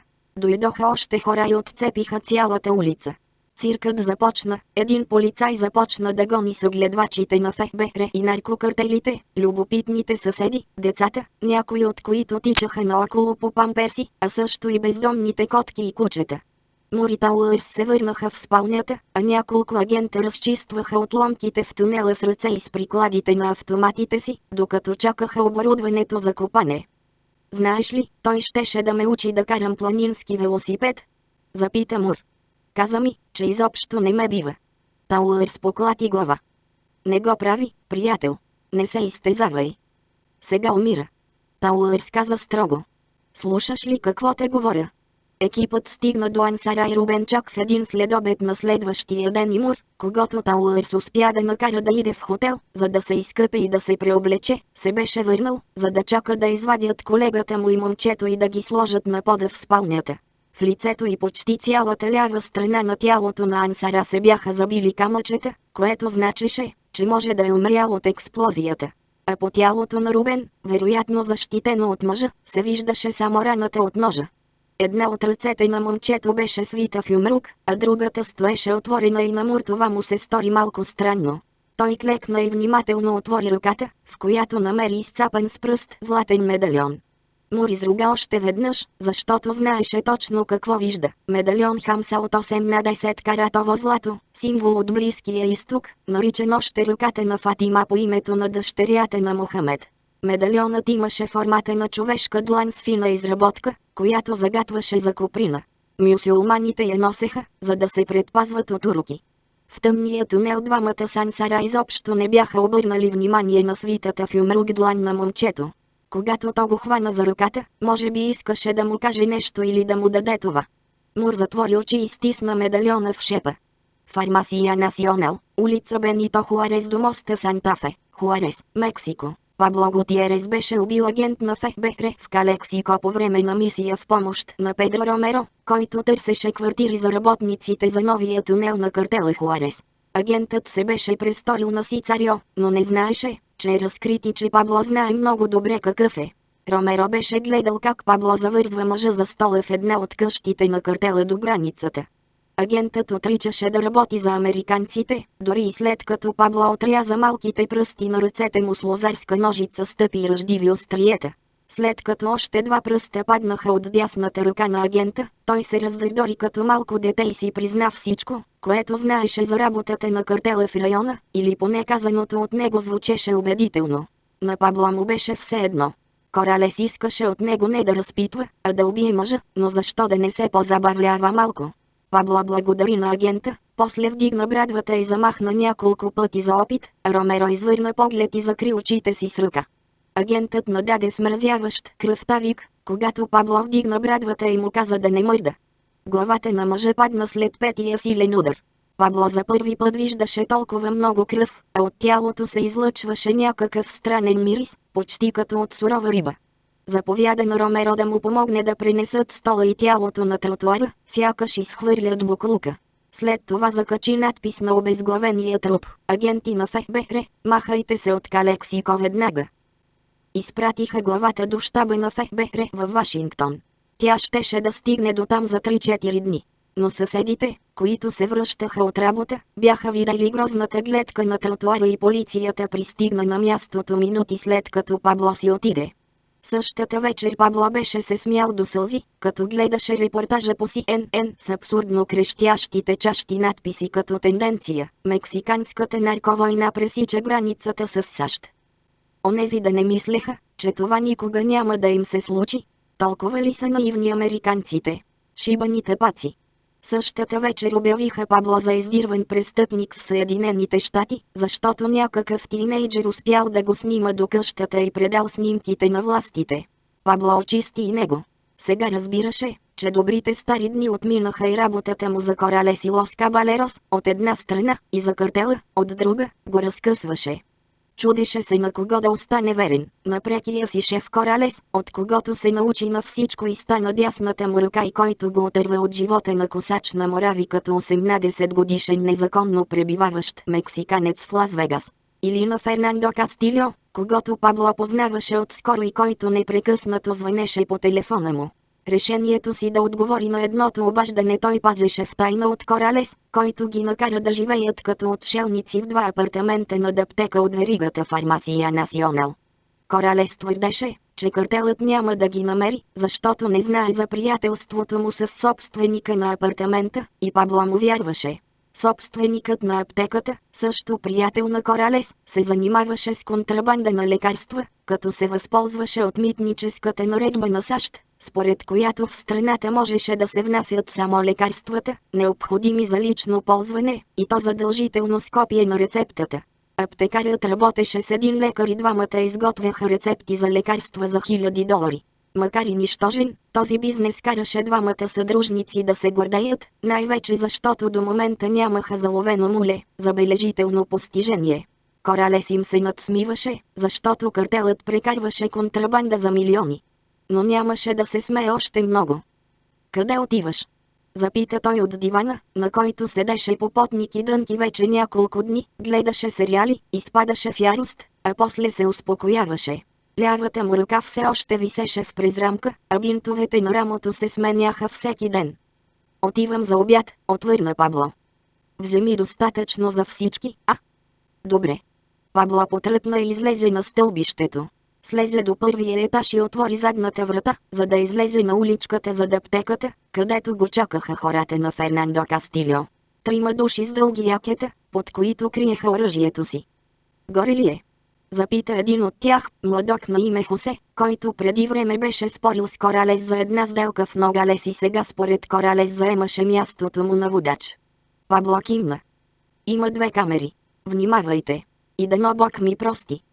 "Бог няма нищо общо с това", отвърна Хосе. "Абсолютно нищо." Пабло се отдалечи и набра номера. "Аз съм." "Качват ли се?" запита Кастильо. "Да." "Добре. Запомни. Искам снимка на тялото." "Не искаш ли да говориш с него?" "Защо?" "Може би съжалява. Може би ще ти се отплати." "О, ще се отплати. С лихва. Точно сега." Звезда, звезда, звезда. Коралес стана и отиде в спалнята, където Мария лежеше напреки на леглото и все още по нощница четеше модно списание. Гащичките й се впиваха в задника и Коралес се замисли дали да не й се нахвърли, но знаеше, че тя ще го отблъсне и ще мърмори като депресирана кучка, каквато беше станала напоследък, а той пак щеше да й разправя да има търпение, че Зунига ще ги приеме като съюзници и че може да го убеди да им помогне. Имаха много пари, но той не смееше да се приближи до хотела, за да отвори сейфа. Ония шибаняци бяха убили Игнасио и Кастильо сега наблюдаваше хотела денонощно, в очакване Коралес да се върне. Коралес знаеше, че не може да оцелее, освен ако не се присъедини към другия картел. Нуждаеше се от защита, защото Фернандо разполагаше с достатъчно хора и пари да го намери по целия свят. Отдавна знаеше, че един ден ще се обърне срещу картела, убил родителите му. Използвал беше картела максимално. Безотговорното му решение да вземе парите, за да финансира ремонта на хотела, вместо да се разплати с гватемалците, вероятно се дължеше на подсъзнанието му. Искаше да го хванат. Искаше нещата да се объркат така, че да се наложи да се махне. Затова се готвеше за този ден от години, събираше информация за доставчиците и мулетата по целия свят, включително основните контакти като Балестерос в Колумбия и Рахмани в Вазиристан, банкови сметки, записи на телефонни разговори и копия на съобщения по електронната поща, които уличаваха Кастильо, а и самия Рохас. Коралес щеше да предложи на Зунига вътрешна информация за действията на картела Хуарес, за да помогне на човека, когото някога мразеше, да завземе града. Но Зунига не отговаряше на обажданията му. Коралес дори беше пратил Пабло до къщата му, но онзи наредил на своите биячи да го изгонят с заплахата, че ако пак дойде, ще си изпати. Коралес беше сложил 2 безжични камери с батерии около апартамента и аптеката, една в коридора пред жилището, а другата на стълбището към вратата, която водеше към задната улица. Картината на малкия монитор на бара до кухнята изчезна и Коралес, който забеляза промяната с крайчеца на окото си, изруга и се изправи от дивана, за да провери какво става. Не го убиха веднага само защото пистолетът му FN 5.7 лежеше до монитора. Шум от стъпки пред вратата привлече вниманието му. Той посегна към пистолета. Хосе, малкият гад, обучен от самия него, ритна вратата и насочи автомата си към Коралес, който вече вдигаше пистолета. Двамата се изгледаха в продължение на половин секунда. Хосе изглеждаше сконфузен, но изкрещя името му. Коралес стреля веднъж, светкавично, в мига, когато зад Хосе се появиха още 2 задници и се скри зад бара. Хосе падна на пода с широка рана над лявото око. Мария изпищя от банята и един от двамата изтича по коридора. Коралес я извика по име, но първият мъж, който отиде по коридора, се хвърли зад дивана и почна да стреля по него. Коралес изскочи иззад бара, като изкрещя силно, заобиколи дивана и застана лице в лице с онзи, който го погледна и вдигна пистолета си, за да се предаде. Хлапето може да нямаше и 16 години. Коралес го простреля 2 пъти в лицето. Мария крещеше и го викаше по име. Отекнаха 2 изстрела. Коралес изтича в спалнята в момента, когато последният от двамата си царьо, мъж с много татуировки и шкембе, когото Коралес не познаваше, се извъртя към него. За част от секундата забеляза Мария, просната на леглото с окървавен комбинезон. Тя прошепна името му. 2 неща се случиха едновременно. Мъжът извика. Да ти го начукам, вато. След това вдигна пистолета. Коралес отвори уста, потресен от вида на жената, която умираше. После натисна спусъка на пистолета си, хвърли се към мъжа и заби цевта в гърдите му като сабя. Последните 2 куршума излязоха тихо, заглушени от тялото, а пламъкът от цевта обгори ризата на мъжа, който изпрати последните си 2 куршума в тавана. Мъжът отстъпи, блъсна се заднишком в плоския телевизор и го събори на пода, след което се извъртя и падна по корем на мокета. Коралес се задави от смъртта на барут, изгоряла риза и плът. От стълбището се чуха викове, фармацевтът Пако и жена му крещяха на двамата си синове да бягат от съседния апартамент. Коралес стоеше задъхан, като самото дишане му причиняваше почти непоносима болка. Задави се, а сдържаните с години сълзи най-после потекоха по бузите му, когато се качи на леглото и сложи ръка върху лицето на Мария. Трепереше, устната му подскачаше, а мислите му летяха хаотично и разгневен. Той се прицели в мъртвия си царьо и натисна спусъка още 3 пъти, но пистолетът само тракаше. И сега какво? Трябваше му нов пълнител. Отвън можеше да има още нападатели. Смъкна през рамката и усети тъпа болка в рамото, изтича бързо в кухнята, презареди пистолета и се върна, за да вземе Мария на ръце и да я изнесе от апартамента. Гореща болка прониза рамото му, но той продължи, стиснал оръжието в ръка. Фармацевтът крещеше нещо, но той слезе по стълбите и излезе през вратата, а когато се обърна към мястото, където обикновено паркираше, видя Пабло облегнат на капака на колата. Нападнаха ни. Извика той. Влизай в колата. Трябва да тръгваме веднага. Но Пабло само го гледаше зашеметен, след което посегна отзад и извади пистолета си. Не, Коралес не беше очаквал такова нещо и дъхът му секна при мисълта за подлото предателство. Обърна се с гръб към вратата, в опит да вдигне ръка достатъчно високо, за да стреля към младежа, когото наричаше свой приятел. Пабло успя да стреля първи, но улучи Мария. Коралес стреля 2 пъти по Пабло, който опита да заобиколи колата и да се скрие зад багажника. Един куршум го улучи в корема, а другият – в ръката. Той се свлече на земята, изстена, вдигна пистолета, но Коралес стреля още 2 пъти в гърдите му. Отиде бавно до колата, сложи Мария на земята и като проплака отново, отвори задната врата и се зае да вкарва мъртвата си приятелка на задната седалка. След като я качи, се премести зад волана и запали двигателя. Вече се чуваха полицейски сирени. Той настъпи гъста, гумите изпищяха и оставиха дири по асфалта, от ауспуха излезе дим и колата прегази тялото на Пабло.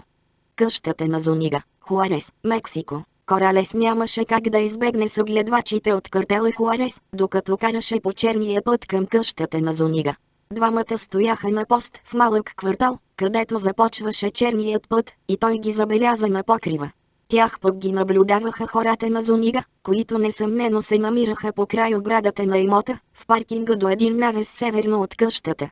Последвана от плътна диря прах, колата на Коралес летеше с ревящ двигател към наскоро ремонтирания портал на имота на Зунига, портала, който сам той взриви като предупреждение към своя съперник.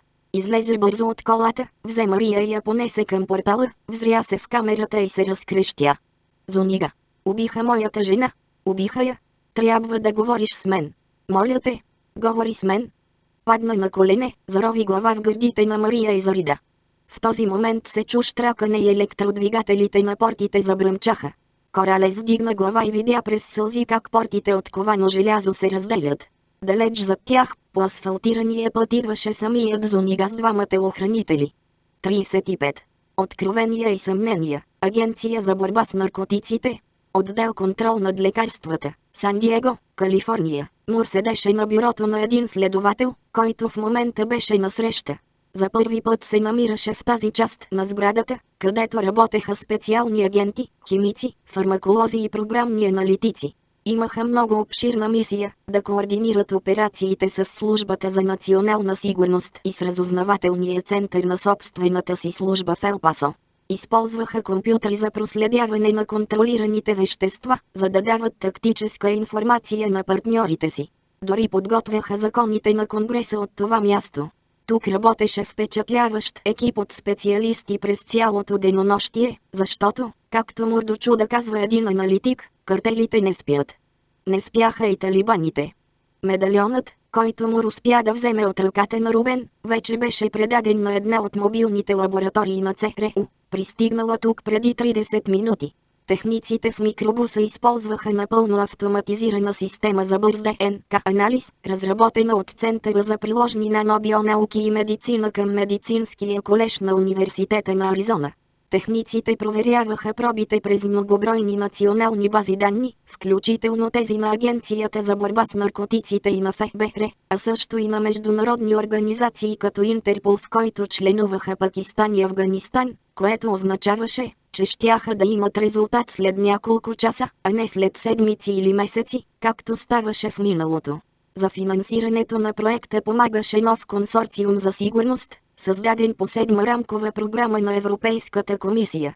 Програмата обединяваше всички изследвания по линия на инициативите на Европейския съюз и помагаше за създаването на още по-точна и изчерпателна база данни.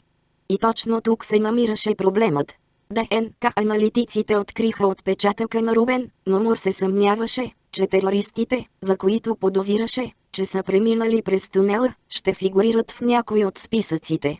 Техниците казаха, че могат да направят родословен тест, разработен от фирма DNA Print Genomics от Флорида, при който се изследват генетични маркери в молекулата на ДНК, често срещани сред хора от определени групи. Казаха, че с добра проба могат да определят дали заподозреният е индианец, от Югоизточна Азия, от Централна Африка, от Европа или пък смес от всичките. Анализът на последователностите в ДНК молекулата позволяваше преценка за цвета на кожата, на очите, на косата, както и геометрията на лицето и ръста. Тауърс беше казал на Мур, че медальонът не доказва дали през тунела са минали терористи и че Рубен може да го е купил от някого за талисман. Наръгали са го и може да е стискал медальона в ръка, за да прогони смъртта. Тауърс даже изтъкна, че много млади мексиканци, а пък и американците по край границата, намираха някакво очарование в терористите и тероризма. Някои от вкараните в затвора мулета дори имаха татуировки на езика фарси на ръцете си, но опитите на следователите да намерят връзки с терористични организации като Хизбула и други винаги завършваха с неуспех. Просто онези бяха деца, сменили героя си от филма белязания с друг, по-безмилостен герой.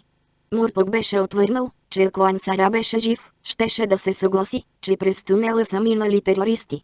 Ансара познаваше хлапето. Никой не се очарова от главорези от Близкия изток. Хлапето беше успяло някак си да вземе този медальон с дръскотини около дупката, сякаш е откъснат от веришката, на която е висял на нечия врат. Така смяташе Мур и се обади на заместник директор Охара от службата за подривни операции, за да сподели с него мислите си. Охара каза, че ще повдигне въпроса чак до президента, ако Мур е сигурен в това, което казва, но като минимум предупреди 4 мегацентъра на службата за национална сигурност в Мичиган, Колорадо, Пенсилвания и Мериленд. Техните аналитици вече следяха работата на съвместната група на Мур. Повишиха нивото на заплаха във всички вътрешни и международни полети до оранжев код, а според Охара трябваше и нивото на заплаха за страната като цяло да се вдигне до оранжев код вместо до жълт, първата степен на опасност. Екипи на ФБР и ЦРУ вече търсеха онези полицейски коли и микробуси. Междувременно Мур каза, че ще се обади на най-добрия си контакт в племенните земи, искаше да види какво знае старецът от Северен Вазиристан. Но в този момент пристигна съобщение от Лесли. Тя искаше да знае защо не отговаря на няколко от съобщенията й. Мур въздъхна. Ако се заговореше с нея сега, щеше да си проличи колко е депресиран, и предпочете да мълчи, за да не каже някоя глупост. Потърси номера на Негвазир, кодиран като НВЗЗ. Старецът вдигна слушалката след второто позвъняване. Мур, радвам се да чуя гласа ти. А и щях да ти се обаждам утре. Изпреварихте. И се радвам, че си още буден. И да чуя гласа ти. И той не лъжеше. Между тях имаше нещо ново. Вазир, с когото го запозна рана, не беше обикновен платен информатор. Сега имаха нещо общо, взаимна мъка заради убийството на момчето и въпрос, на който Мур още нямаше отговор. Кое е най-трудното нещо в живота ти? Вазир се поколеба, а после каза. Искаше ми се да се обаждам с добри новини. Мур затаи дъх. Какво има? Получих информация за твоя човек Галахър, който изчезна. Мъртъв ли е? Не. Значи е при онези. Колко искат? Не, Мур, не разбираш. Май да. Ще ти изпратя снимки, които получих вчера. Правени са преди около седмица. На тях се вижда приятелят ти Галахър близо до границата, където се среща с Рахмани. Трябва да проверя това. Може да е под дълбоко прикритие. Не мисля така, Мур. Нямам доказателства, а само думите на хората, на които плащам, но те чули, че американецът, Галахър, е убил Рана. Отново нямам доказателства. Само слухове. Но ако този слух е верен, то той не е твой приятел и се питам разтревожен колко ли вреда може да ви нанесе и колко ли гняв ще си навлече нашата страна заради него. Разбирам. Къде е Галахър сега? Не знам. Можеш ли да го намериш? Ще накарам хората си да се постараят. Благодаря. Ще чакам снимките. Разбира се. Ако няма друго. Всъщност има. Обадих се, защото мисля, че имаме проблем. Възможно е талибани да са преминали в САЩ през тунел в Мексико. Дошли са от град на име Мексикали и са отишли в Калифорния в град Калексико. Знам за тези градове. Мисля, че един от онези е носил медальон, ръката на Фатима. Ще ти изпратя снимка. Знам, че това може да не значи нищо, но имаш ли възможност да провериш по снимките дали някой талибан не носи такъв медальон? Вазир се разсмя. Приятелю, предубежденията ти си личат. Ами ако са били група евреи, които бързат, защото закъсняват за празник? Какво значи това? Сефардските евреи наричат този медальон ръката на Мириам. Мамка му. Много ли е трудна темата? Не, ако някой образован мюсюлманин ти е приятел. Но най-вероятно първите ти инстинкти са верни. Аз ще проуча въпроса. И сега ще изпратя снимките на Галахър. Аз ще се погрижа за компенсацията.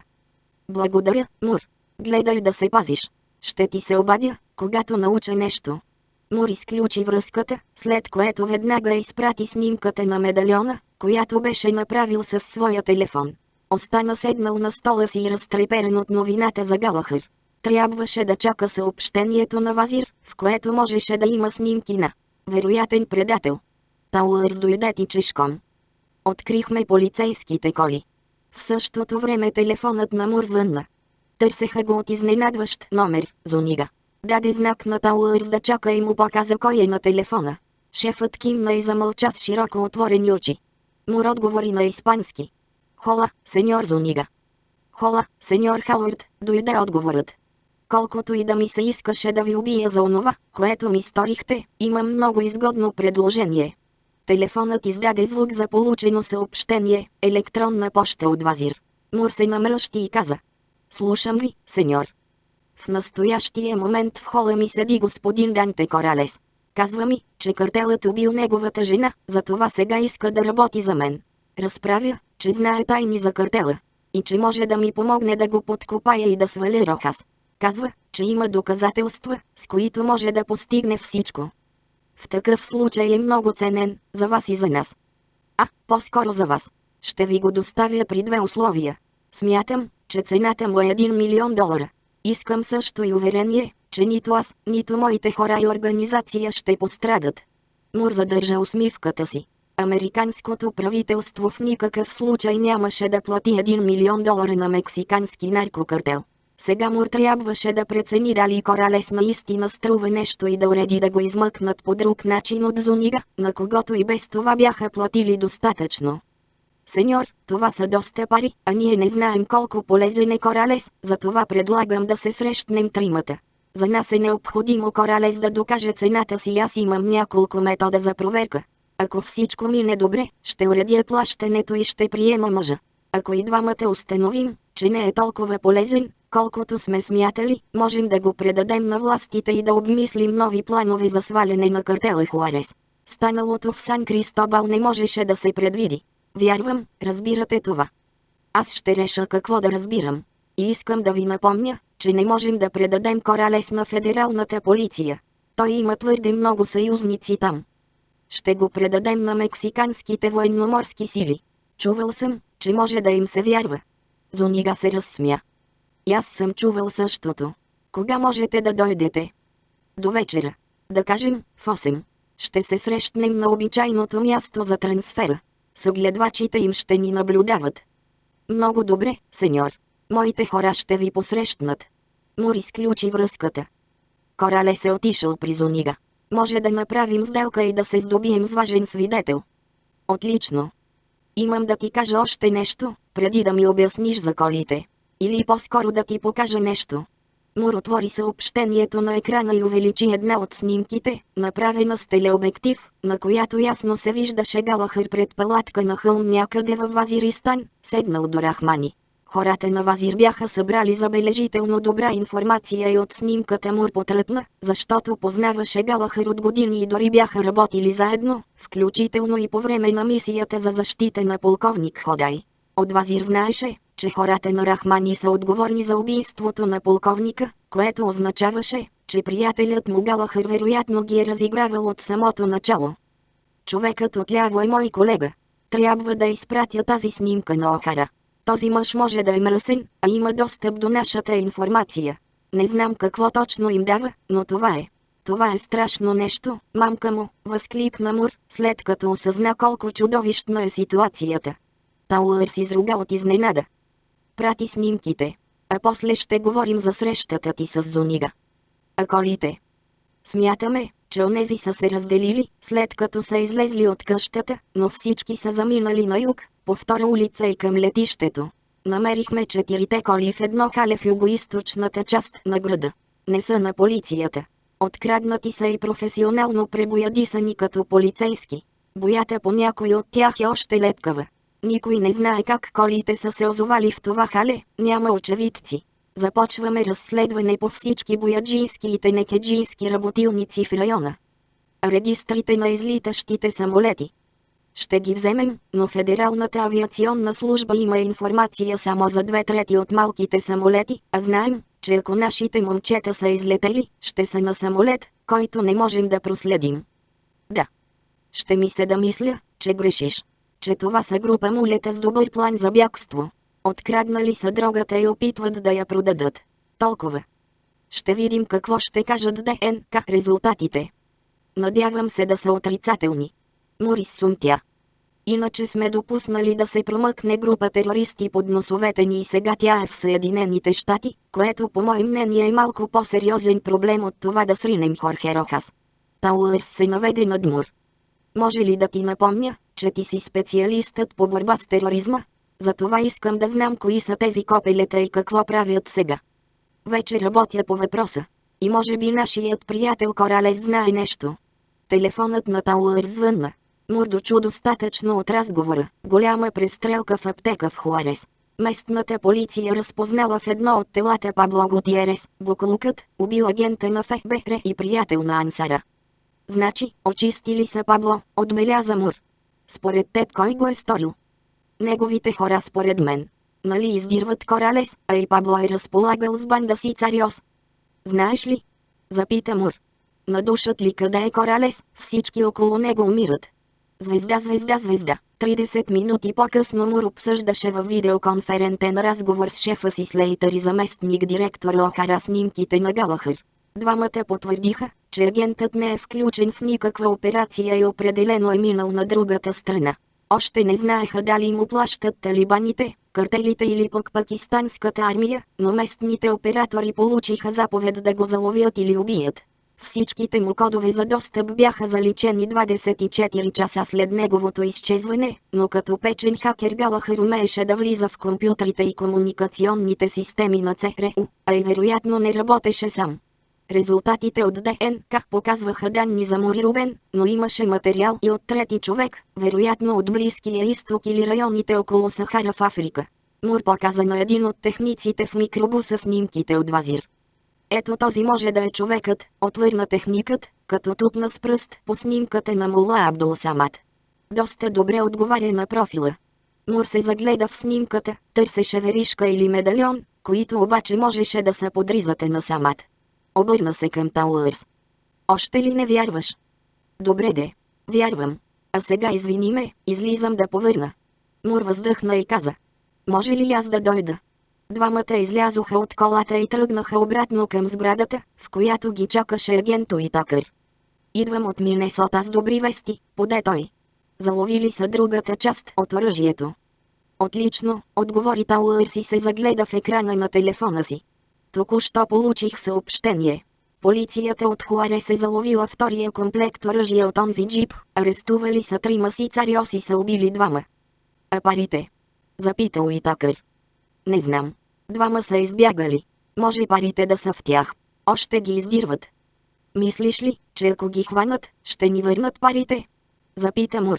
Уитакър въздъхна примирено. Добър въпрос. Това не ти е Канзас, нито пък Минесота. Полицейски участък в Делисиас, Хуарес, Мексико. Часовникът показваше 5 следобед и инспектор Алберто Гомес тъкмо си тръгваше от участъка. Насочи се към колата си на неасфалтирания паркинг в задния двор. Току-що му се беше обадил Данте Коралес по втория телефон, за да му каже, че е в къщата на Зунига и картелът знае, че той е там, затова се бои от нападение. Искаше федералните полицаи на Гомес да окажат съдействие на хората на Зунига. Гомес взе трудно решение да изпрати в района 2 коли, общо 4 души. Тухлената стена от лявата му страна, пребоядисана преди седмица, за да скрие графитите, отново носеше белезите на младите разбойници с спрейовете. Поклати отвратен глава, отвори колата и седна. Посегна да вкара ключа, когато чу силно чукане по стъклото. Вдигна поглед и забеляза един пистолет Глок, с насочен в лицето му заглушител на цевта. Отвори прозореца, заповяда мъжът отвън, който носеше черни дънки, черна риза и дълго кожено яке. Гомес не виждаше лицето му. Вкара ключа в контакта, като мислеше да запали двигателя и да се измъкне от тук с мръсна газ, но някакво любопитство го спря, както и страхът да не го прострелят в главата. Натисна бутона и прозорецът се спусна надолу, което позволи на нападателя да опре пистолета в главата му. Ти знаеш, че това тук е полицейски участък, нали? Да. Но пък това пред мен не е никакъв полицай. Никакъв. Оръжието. Гомес вдигна поглед. Мъжът изглеждаше на около 40 и няколко години, с леко тъмна кожа, небръснат, с стегната на опашка гъста черна коса. Говореше испански добре, но не като мексиканец. В очите му блестеше някаква странна светлина. Точно така, каза мъжът. Извади го много бавно и ми го дай. Гомес се подчини и мъжът напъха пистолета в колана си. Отвори задната врата. Гомес го послуша и мъжът седна на задната седалка, след което затвори вратата. Карай. Мога ли да запитам къде отиваме? Излез от паркинга и тръгни по пътя. А ако откажа? Мъжът заговори мрачно. Ще ти пръсна мозъка, без да се замислям. Разбираш ли ме? Да. Гомес потегли и се включи в съвсем лекия трафик на улицата. Ще ти задам много прост въпрос. Ти ли заповяда да я убият? Коя? Глория. Нищо няма да ти кажа. Ще кажеш, за да спасиш семейството си. Гомес се скова. Кой си ти? Кажи ми, че ти си заръчал да я убият и семейството ти ще живее. Това е. За тебе е твърде късно, но тях ще пощадя. Цял живот ги храниш, защитаваш, преструваш се, че си образцов гражданин, а от много, много години работиш за картела Хуарес. Гомес не се въздържа и изкрещя. Кой си ти, бе, да ти го начукам? Ти ли заповяда да я убият? Това е без значение. Мъжът стреля на драмото на Гомес, като куршумът проби предното стъкло. Изстрелът беше достатъчно шумен, за да стресне Гомес и да причини болка в ушите му. Ти ли заповяда да я убият? Ако си призная, ще оставиш ли семейството ми живо? Обещавам го. В такъв случай, да. Аз заповядах да я убият, отвърна задавено Гомес. Отбий колата. Гомес се подчини и забеляза нещо бяло в огледалото за задно виждане. Микробус. Около колата вече се нареждаха мъже в черни униформи и каски, с мощни автомати в ръцете си, които сочеха него. Това не бяха хора от федералната полиция. Нямаха никакви обозначения. Кой си ти? Запита отново Гомес. Приятел на дамата, която нареди да убият. Тя беше агент от разузнаването на Съединените американски щати. Гомес затвори очи и отпусна рамене. Вдигна ръце във въздуха. Значи нещата са много по-лоши, отколкото си мислех. О, да, отвърна мъжът. Много по-лоши. Звезда, звезда, звезда. Мур излезе от колата, а мъжете зад него сложиха белезници на Гомес и го поведоха към микробуса. Тауърс го чакаше и оглеждаше покривите за съгледвачи. Мур откопча дигиталното записващо устройство от нагрудния си джоб и го подаде на шефа си. Това и информацията от Глория трябва да е повече от достатъчно. Според теб още колко хора ще ни предаде този? Мисля, че е сговорчив, отвърна Тауърс. Смятам, че ще ни свърши много добра работа. И оценявам въздържанието ти. Аз бих го застрелил, копелето гадно. Виж, каза Мур и вдигна разтреперената си длан. Още ми се иска да го гръмна. Тауърс го плесна с длан по рамото. Имахме нужда да ни се случи нещо хубаво. Сега да хапнеш нещо преди голямата среща. Мамка му, време е да тръгваме, каза шефът, като погледна часовника си. Затворът Сересо, Хуарес, Мексико. Директорът на затвора Салвадор Киньонес не чу обаждането от Фернандо Кастильо, защото беше в двора, за да се убеди, че охраната няма да застреля някой от бунтуващите се затворници. Като за масово сбиване това се оказа нищожно, защото участваха само 5 на 10 затворници, един от които беше убил Феликс, 59-годишен продавач на сладолет и баща на 3 деца, който просто носеше студена наслада на затворените мъже. Един от младите буклуци беше го наръгал с нож. Лоша работа.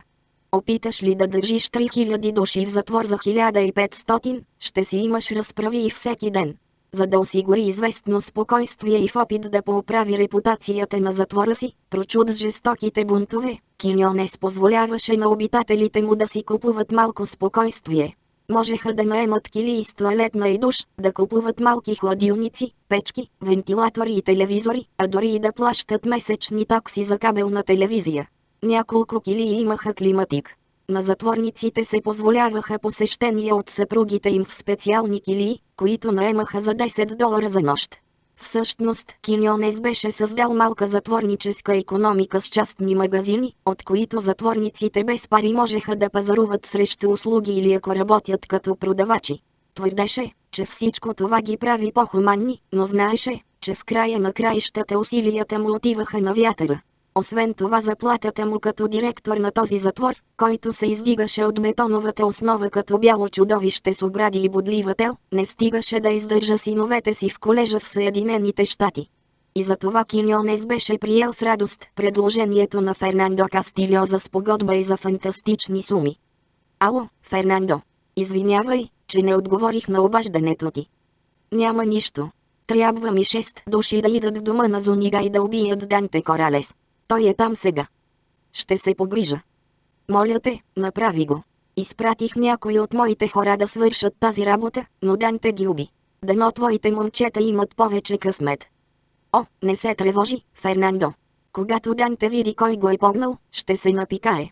6, които Киньонес вече мислеше да прати, участваха в бандата ацтеки.